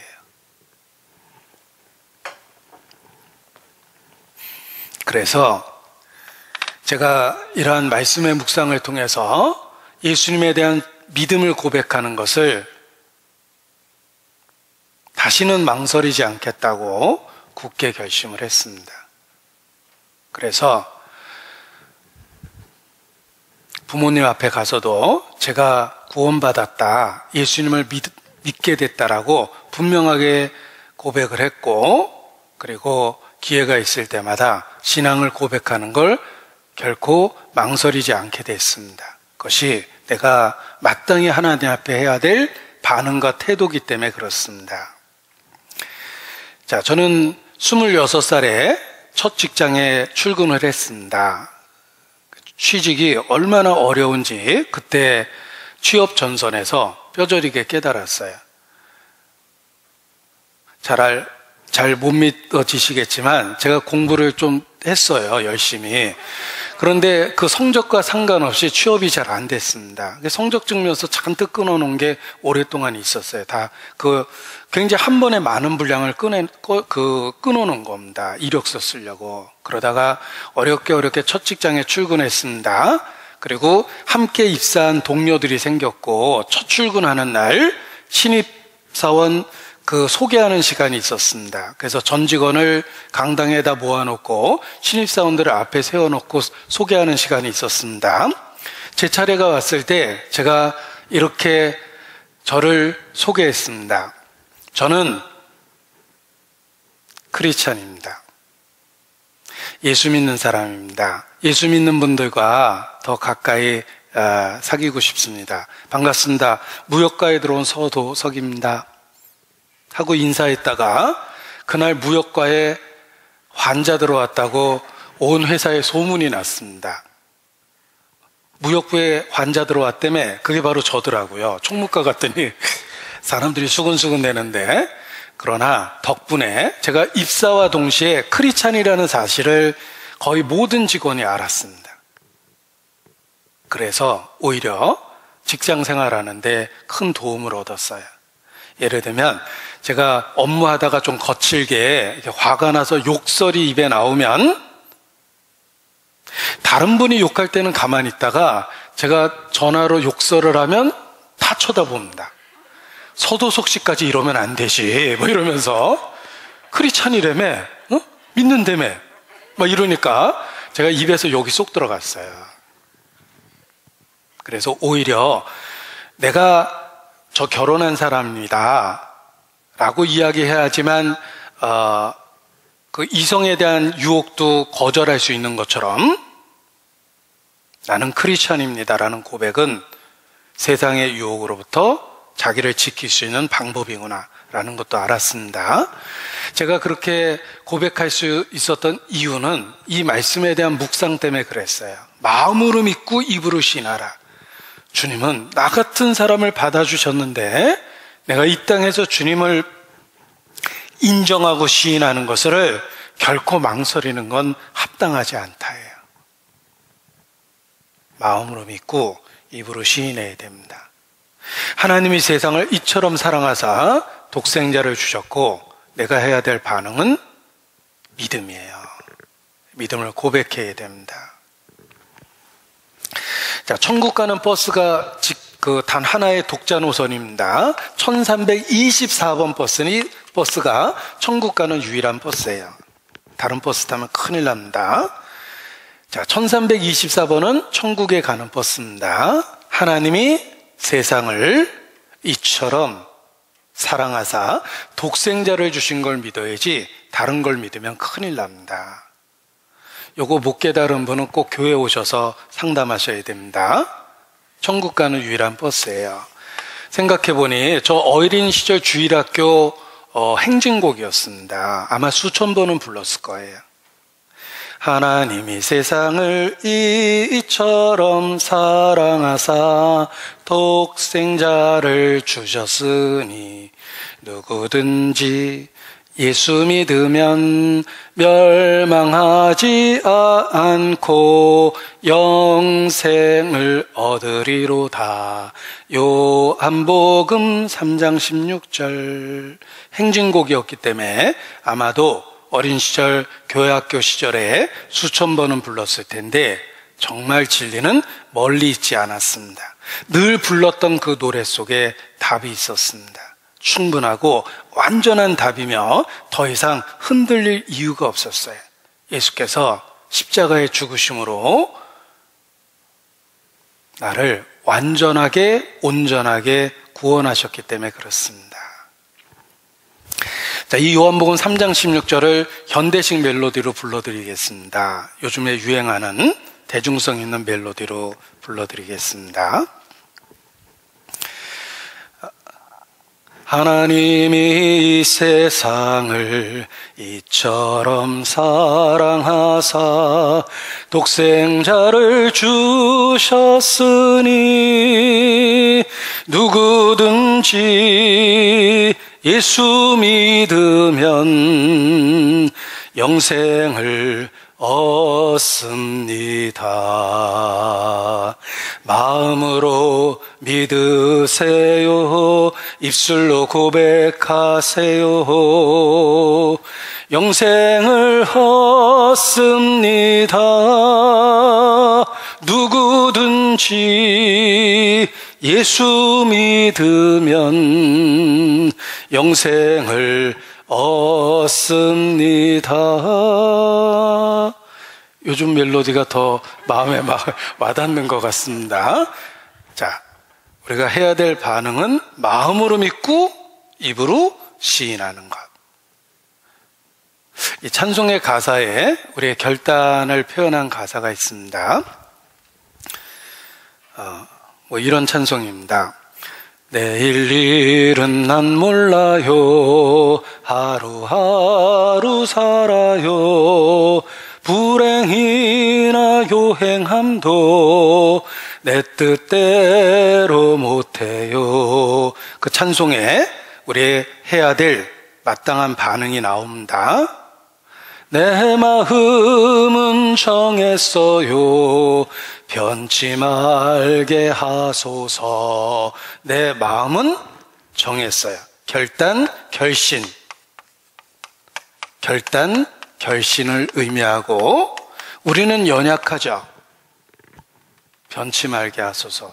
도움을 구하는 간구, 기도가 있어야 돼요. 우리가 복음 앞에 마땅히 해야 될 반응은 결단과 결신이에요. 그리고 우리의 연약함을 알기 때문에 주님 도와주세요. 나의 믿음 없음을 도와주세요. 라는 그 간구가 있어야 됩니다.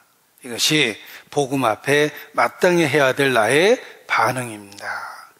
어떤 분은 복음을 충분히 공감하고 이해하고 감동도 때로 받았는데 고의적으로 거절하거나 미룹니다.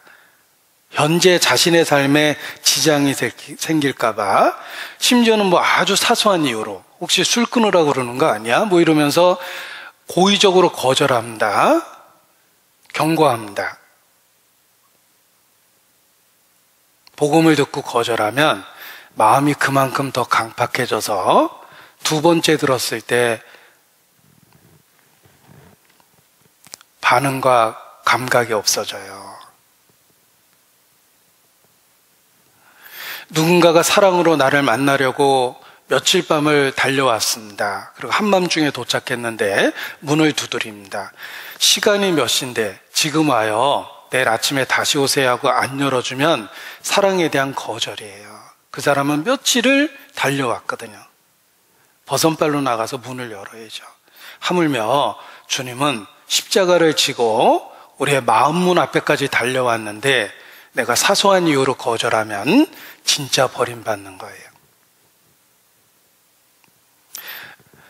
잠언 1장에 보면 그 무서운 경고가 있습니다. 내가 부를 때 너희가 거절했기 때문에 너희가 환난 날에 나를 부를 것이라. 그래도 내가 응답지 아니하리라. 이는 내가 불렀을 때 너희가 거절했음이니라. 라고 경고하십니다. 복음은 전인격적으로 반응해야 돼요. 알 건 알고 공감할 건 공감하고 의지와 결단을 해야 돼요. 마음으로 믿고 입으로 시인해야 됩니다. 아쌈이라는 노래가 있습니다. 아쌈은 인도에 있는 한 주의 이름인데 기독교가 처음 들어갔을 때 아쌈에서 순교자가 나왔어요. 너 예수 부인하지 않으면 죽이겠다라는 위협 속에서 나는 주님 뜻대로 살기로 결심을 했습니다. 뒤돌아서지 않겠습니다. 라고 고백했다가 순교당한 순교자가 있습니다. 그 재판을 집행했던 마을의 족장은 그 순교자의 마지막 말을 기억했어요. I've decided to follow Jesus, no turning back. 나는 예수님을 따르기로 결심했어요. 뒤돌아서지 않겠어요. 그 말이 계속 마음에 떠오르다가 기독교에 관심을 갖고 결국 믿게 됐고 그 온 부족이 크리스찬이 됐다라는 실화가 있습니다. 그 실화를 빌리그램 전도대에서 듣고 큰 감동을 받고 거기에 멜로디를 붙여서 처음 복음을 전할 때 부르는 노래로 만든 겁니다. 들어보셨을 겁니다. 주님 뜻대로 살기로 했네. 주님 뜻대로 살기로 했네. 주님 뜻대로 살기로 했네. 뒤돌아서지 않겠네. 라는 찬송입니다. I've decided to follow Jesus. I've decided to follow Jesus. I've decided to follow Jesus. No turning back, no turning back. I have decided. 나는 결심했습니다. To follow Jesus. 예수님을 따르기로 결심했습니다. No turning back. 뒤돌아서지 않겠습니다. 순교자의 죽음 앞의 고백을 노래로 만들었기 때문에 많은 사람들에게 감동을 줬습니다. 그 노래의 원래의 제목이 아쌈이에요. 인도에 있는 한 주의 이름입니다. 우리의 반응이 그러해야 됩니다. 결단과 결심, 간구와 기도가 있어야 돼요. 마음으로 믿어 의에 이르고 입으로 시인하여 구원에 이르기 때문에 그렇습니다. 갈라디아서 2장 20절입니다. 찾겠습니다. 갈라디아서 2장 20절.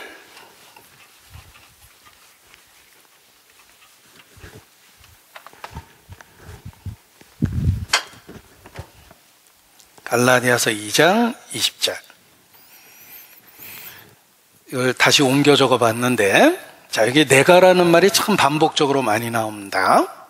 신앙은 지극히 개인적인 것이라는 걸 표현한 겁니다. 같이 읽겠습니다. 내가 그리스도와 함께 십자가에 못 박혔나니 그런즉 이제는 내가 산 것이 아니요 오직 내 안에 그리스도께서 사신 것이라. 이제 내가 육체 가운데 사는 것은 나를 사랑하사 나를 위하여 자기 몸을 버리신 하나님의 아들을 믿는 믿음 안에서 사는 것이라. 믿음이 무엇인지 보여주기 위해서 우리라는 표현을 쓰지 않고 나라는 개인적인 표현을 쓴 겁니다. 신앙은 지극히 개인적이에요. 우리 각 사람이 하나님에 대한, 예수 그리스도에 대한 신앙을 고백해야만 합니다. 그것이 믿음입니다. 내가 그리스도와 함께 십자가에 못 박혔나니, 예수님의 죽음을 자기와 연결시켜서 생각하라는 뜻입니다. 믿음이 무엇입니까? 여기 다시 보십시오. 믿음이 무엇입니까? 그리스도의 죽음을 자신과 연결시키는 거예요. 갈라디아서 2장 20절 보십시오. 나를 사랑하사 나를 위하여 자기 몸을 버리신 하나님의 아들을 믿는 믿음, 그리스도의 죽음을 나라는 개인과 연결시키는 것이 믿음입니다. 내가 그리스도와 함께 십자가에 못 박혔다. 나를 사랑하사 나를 위하여 자기 몸을 버리신 하나님의 아들을 믿는 믿음을 우리 각 사람이 개인적으로 갖고 각 사람이 고백해야 하는 것입니다. 나를 사랑하사 자기 몸 버리신 예수 위에 사는 것이라. 그것이 믿음입니다. 나를 사랑하사 나를 위하여 자기 몸을 버리신 하나님의 아들을 믿는 믿음으로 천국에 갑니다. 이 믿음의 원리를 이렇게 설명해 볼 수 있는데, 렘브란토라는 화가가 잘 표현했습니다. 예수님의 처형되는 그림, 그 그림을 그려놓고 자기 얼굴을 그려놨어요. 이것은 나를 위해 죽으신 예수님을 개인적으로 신앙을 고백한 겁니다. 렘브란토라는 화가는 자기 얼굴을 그리스도가 처형되는 그 장면에 넣어놨습니다. 신앙을 고백한 거예요.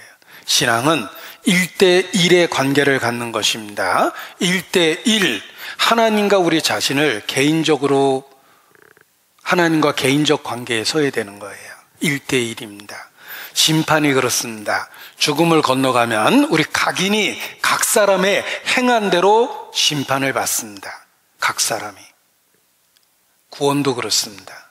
우리 각인이 각각 예수님에 대한 신앙을 개인적으로 고백하는 거예요. 그것이 믿음입니다.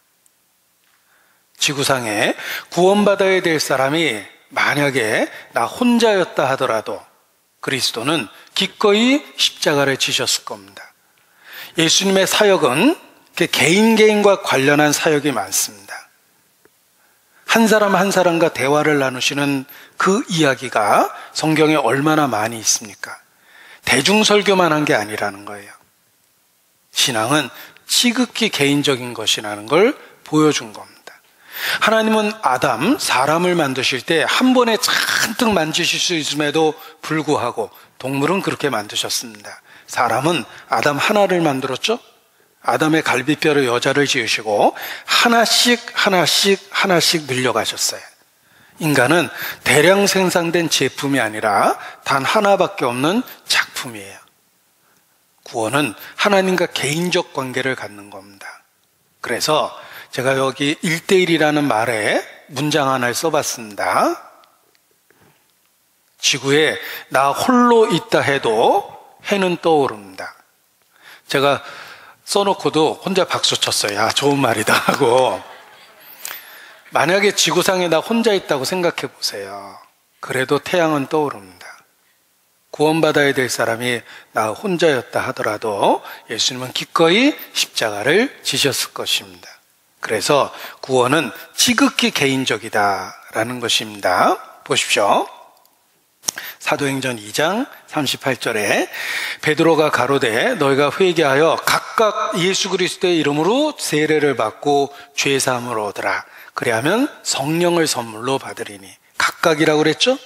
또 우리가 글을 전파하여 각 사람을 권하고 모든 지혜로 각 사람을 가르침은 각 사람을 그리스도 안에서 완전한 자로 세우려 함이니라. 각 사람. 신앙은 지극히 개인적인 거라는 거예요. 그래서 각각 자신의 마음으로 믿고 자신의 입으로 신앙을 고백해야만 하는 것입니다. 신앙은 개인적이기 때문에 그렇습니다.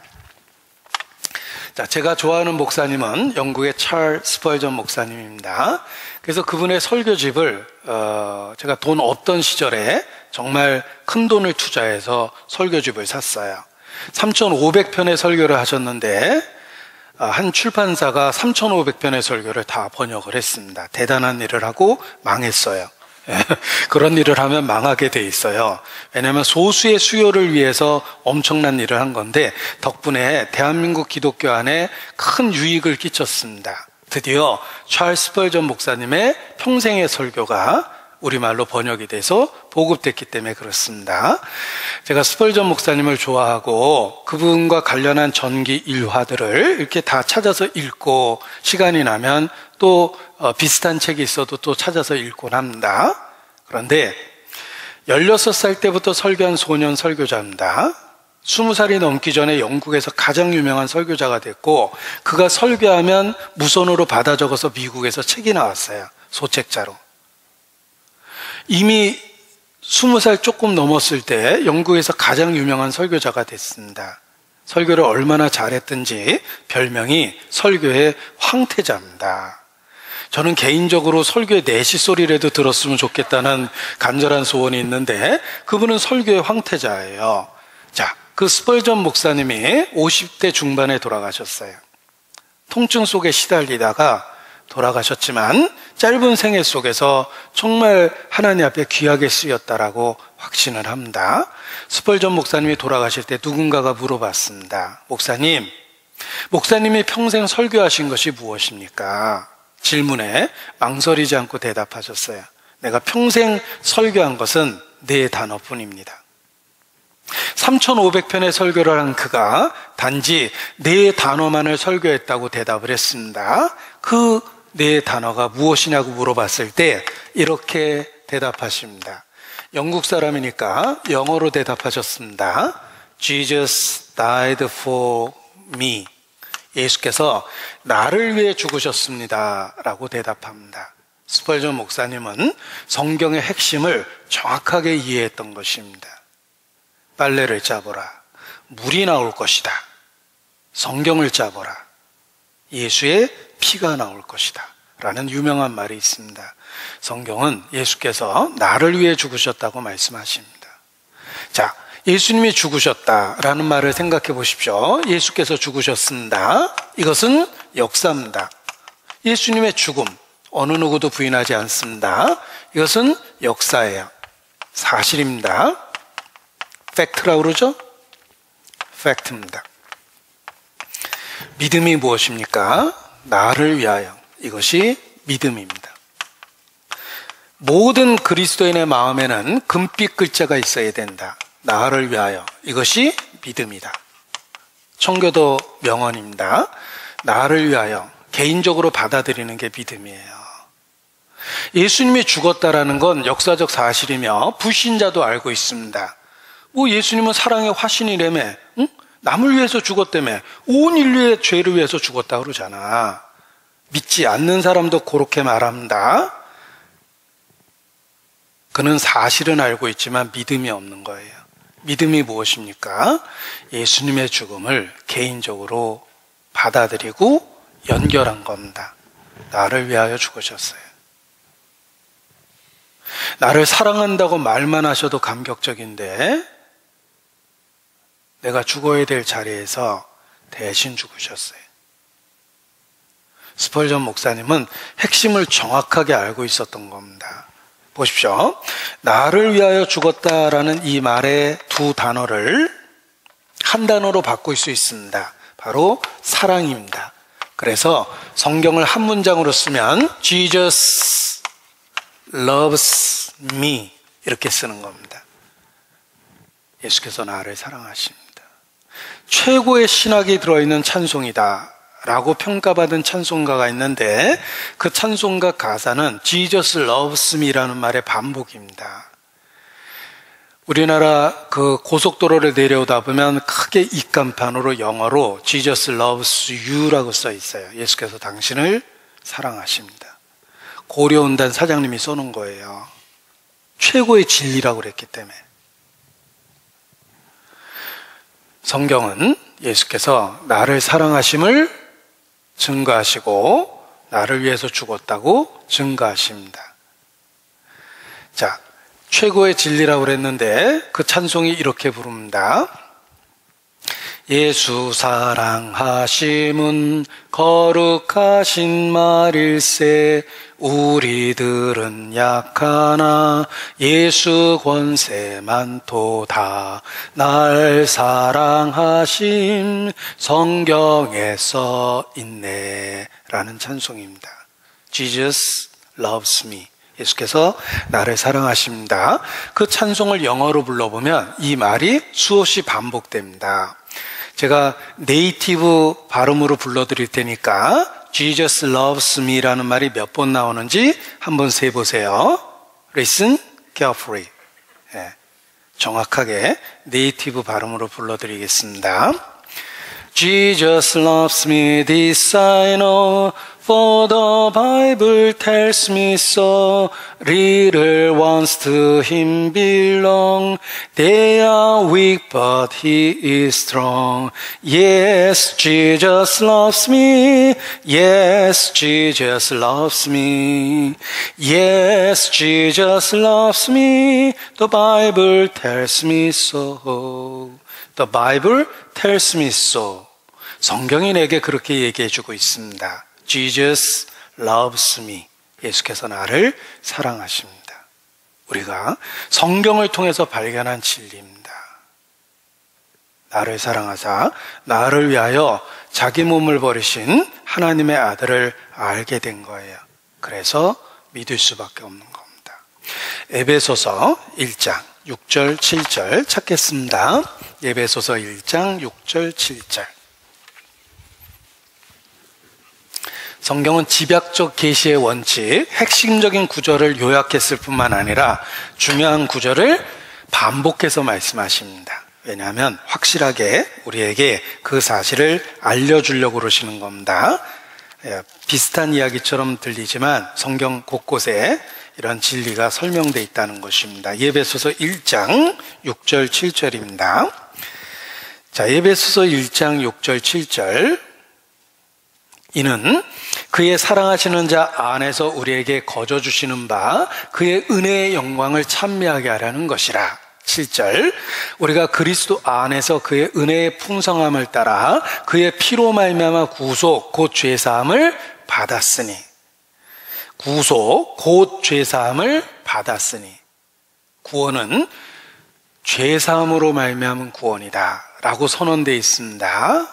예수 그리스도의 죽음과 부활을 통해서 죄사함을 받은 겁니다. 그런데 여기 6절에 보면 거저 주신다고 그랬습니다. 은혜입니다. 생각해 보십시오. 내가 갖고 있고 누리고 있는 것들 중에 우리 스스로에게서 난 것이 있습니까? 생각해 보면 다 하나님이 주신 거예요. 우리는 존재조차도 없었는데 이 땅에 태어났고 벌거벗고 태어났는데 살다 보니 가족도 생기고 지식도 생기고 경험도 생기고 뭐 약간의 물질도 생기고 다 하나님이 주신 겁니다. 내게 있는 것 중에 받지 않은 것이 무엇이냐? 구원도 하나님이 은혜로 거저 주시는 겁니다. 예수 그리스도 안에서 거저 주셨습니다. 우리에게 꼭 필요한 걸 주셨어요. 바로 죄 사함입니다. 우리에게 필요한 것이 죄를 해결하는 거예요. 최고의 선물을 주신 것입니다. 에베소서 2장 8절 9절. 에베소서 2장 8절 9절. 너희가 그 은혜를 인하여 믿음으로 말미암아 구원을 얻었나니 이것이 너희에게서 난 것이 아니요 하나님의 선물이라. 행위에서 난 것이 아니니 이는 누구든지 자랑치 못하게 함이니라. 자, 구원은 하나님의 선물입니다. 선물은 사는 사람이 대가를 지불하고 줄 때는 그냥 주는 것입니다. 구원은 하나님의 선물이며 하나님께서 대가를 지불하셨습니다. 얼마 주고 사셨냐면 자기 아들의 피로 사셨어요. 여러분에게 하나밖에 없는 아들이 있다면 그 아들 팔아서 뭐 사고 싶습니까? 자동차 바꾸고 싶습니까?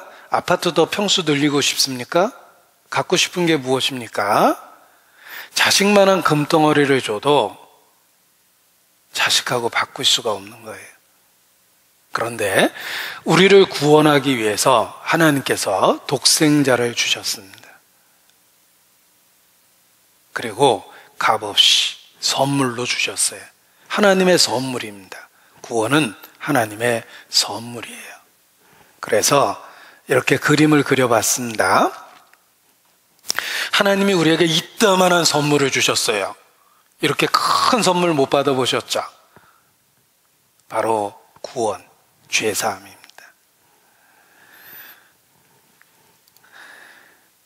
예수 그리스도를 통하여 이것은 너를 위한 나의 선물이다. 구원을 선물로 주셨습니다. 하나님은 세상을 이처럼 사랑하사 독생자를 주셨는데 그림 보세요. 만약에 내가 거절하면 내게 아니에요. 하나님은 주셨는데 내가 안 받으면 내게 아니에요. 내가 해야 될 일은 선물을 받는 것입니다.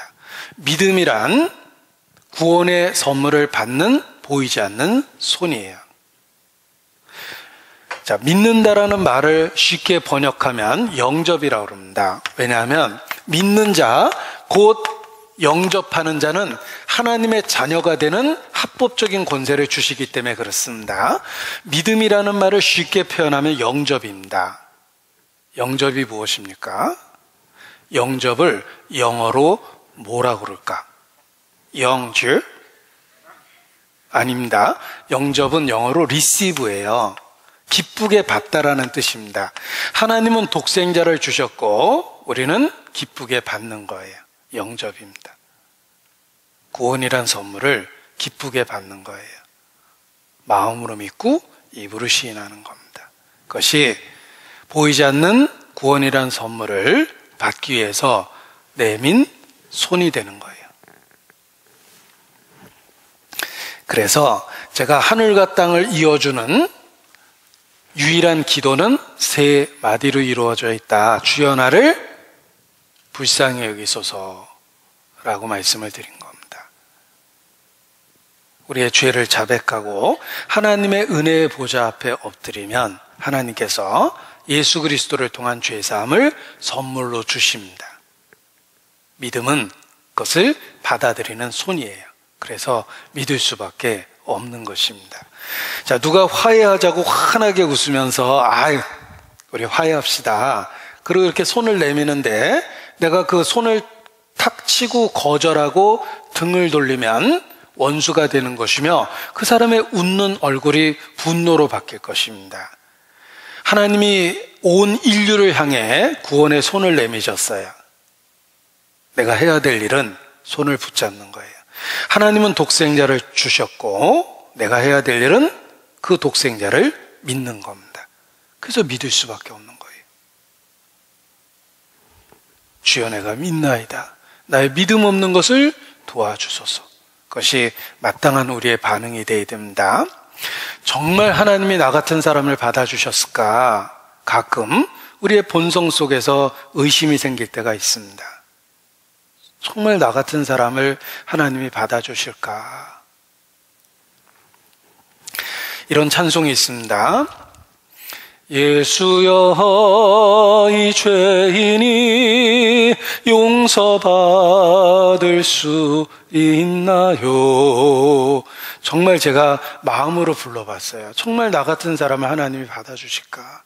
나도 때로는 내 모습을 보고 내 자신에게 놀랄 때도 있는데 나에게 실망하고 나에게 분노하고 나라는 존재가 여기 있으면 정말 누구를 죽도록 패주고 싶은 마음은 그때밖에 없었어요. 나라는 존재가 여기 있으면 때로 정말 죽도록 패주고 싶은 그런 마음이 들 때도 있습니다. 정말 나 같은 걸 하나님이 받아주실까? 그런데 그런 의문과 의심에 대해서 너무나 확실한 답을 주셨어요. 나를 기꺼이 받아주신다라는 확실한 답을 주셨습니다. 그 답이 로마서 4장 25절입니다.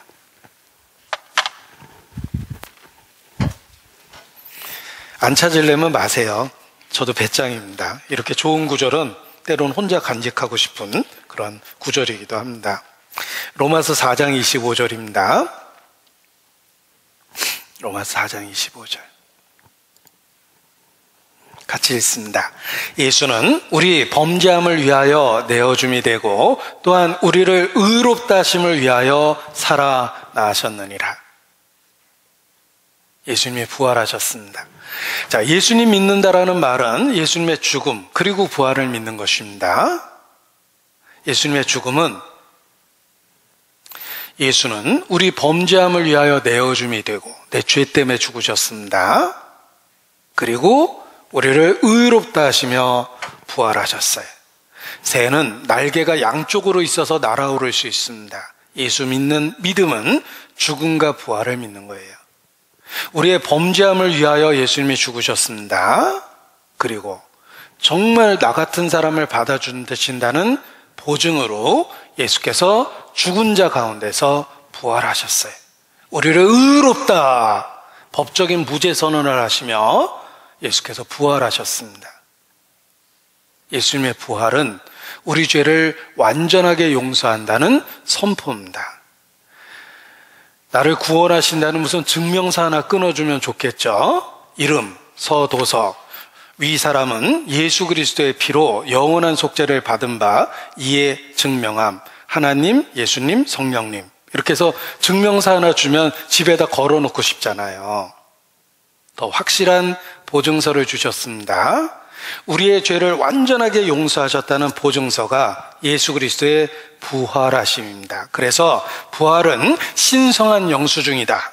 Divine Receipt. 신성한 영수증이다. 우리 죄가 조금이라도 남아있으면 예수님은 결코 살아날 수 없습니다. 예수께서 부활하셨습니다. 죽은 자 가운데 살아나셨습니다. 하늘과 땅의 모든 권세를 갖고 죽은 자 가운데 부활하셨습니다. 우리 죄가 확실하게 용서되었다는 보증입니다. 예수께서 부활하셨어요. 만일 우리 죄가 조금이라도 해결되지 않았다면 그리스도는 결코 살아날 수 없습니다. 예수께서 부활하셨다는 것은 우리 죄가 하나님 앞에 확실하게 해결됐다는 증거입니다. 초대교회 복음은 예수님의 죽음이 아닙니다. 너무 비참하잖아요. 너무 슬프잖아요. 초대교회 복음은 예수님의 죽음 그리고 부활하심이에요. 예수께서 살아나셨습니다. 우리를 의롭다 하시며 살아나셨습니다. 그래서 확신을 가질 수 있는 거예요. 원수를 다 이기고 무덤에서 살아나셨네. 어두움을 이기시고 나와서 성도 함께 길이 다스리시네. 사셨네 사셨네 예수 다시 사셨네. 그리스도가 부활했다는 것이 우리를 의롭다 하신 증거입니다. 그걸 가르쳐 주려고 선교사들이 길에서 교리가 들어있는 노래를 불렀어요. 그 노래의 제목이 Because He Lives입니다. 예수께서 살아계시기 때문에 우리가 천국 간다, 이런 뜻입니다. 번역해서 이렇게 부릅니다. 내 모든 죄 다 사하시고 무덤에서 부활하신 나의 구세주. 내 모든 죄 다 사하시고 부활하셨어요. 그리스도의 부활은 우리 죄가 용서됐다는 하나님의 선포입니다. 보증입니다. 신성한 영수증이에요. 내가 어떻게 천국에 갈까? 예수께서 살아계시기 때문에 예수님의 속죄가 유효하고 그 예수님을 통해서 천국에 갑니다. 당당하게 들어가는 거예요. 나의 구세주가 살아계시기 때문에. Because he lives, I can face tomorrow. Because he lives, all fear is gone. Because I know he holds the future. 그가 살아계시기 때문에 I can face tomorrow. 나는 내일을 바라볼 수 있고 그가 살아계시기 때문에 all fear is gone. 모든 근심이 사라졌습니다. 나의 구세주가 살아계십니다. 의롭다라는 보증이 되는 거예요. 그래서 예수 믿고 천국에 갑니다. 누구든지 천국에 갈 수 있다는 확실한 근거를 말씀드리겠습니다.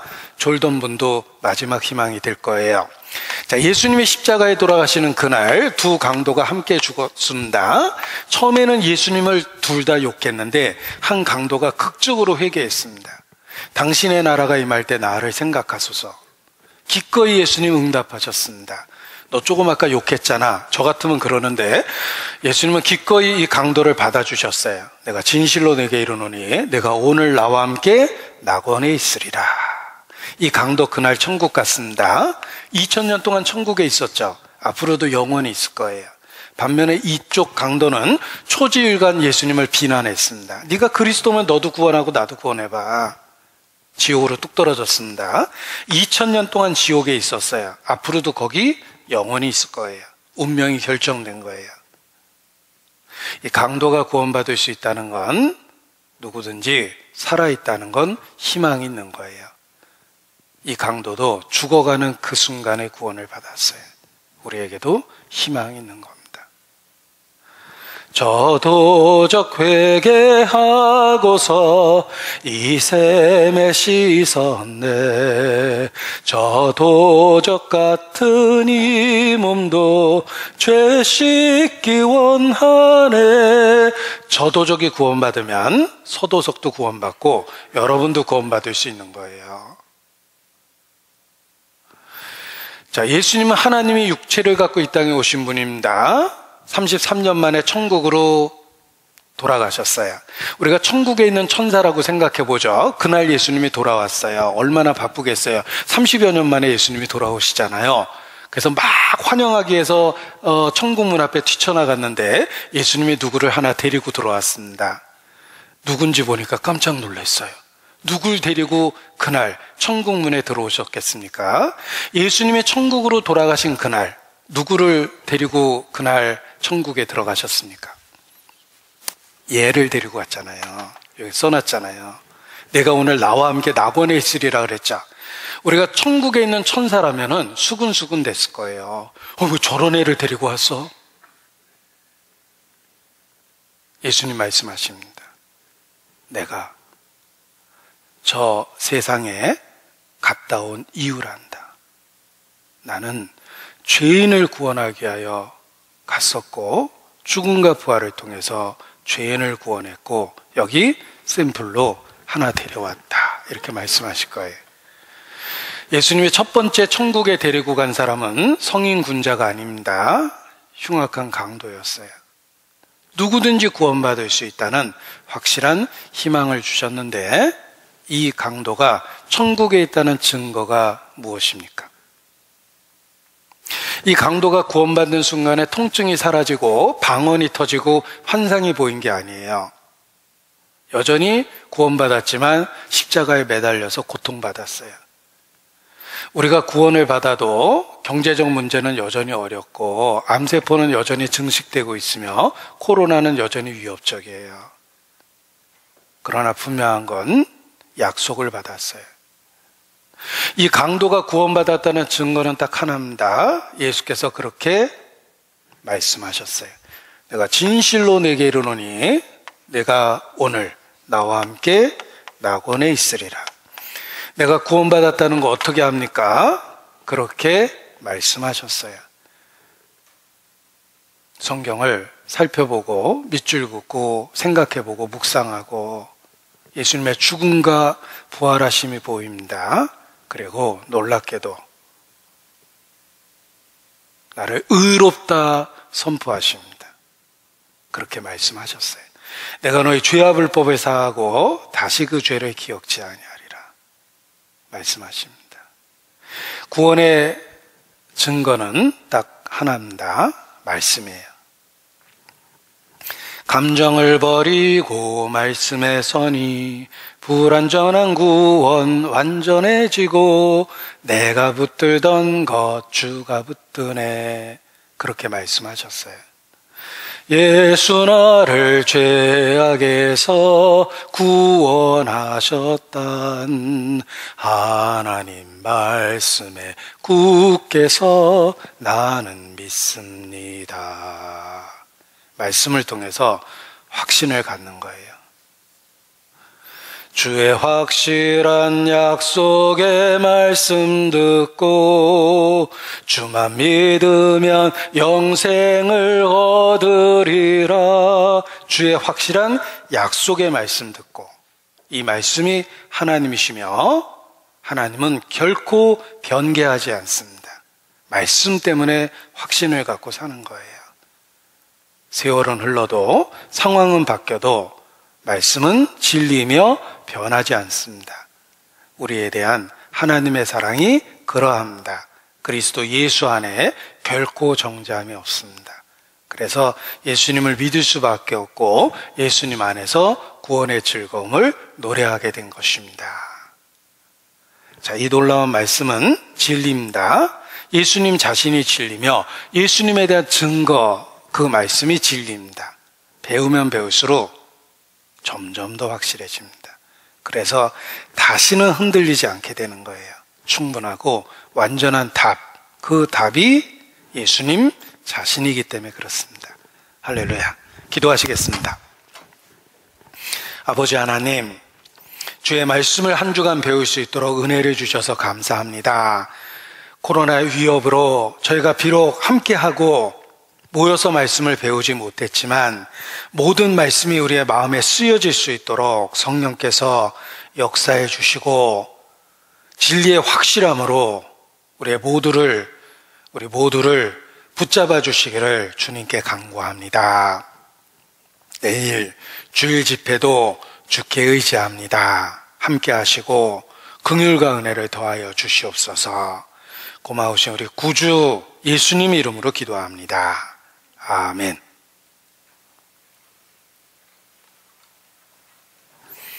네, 수고하셨습니다.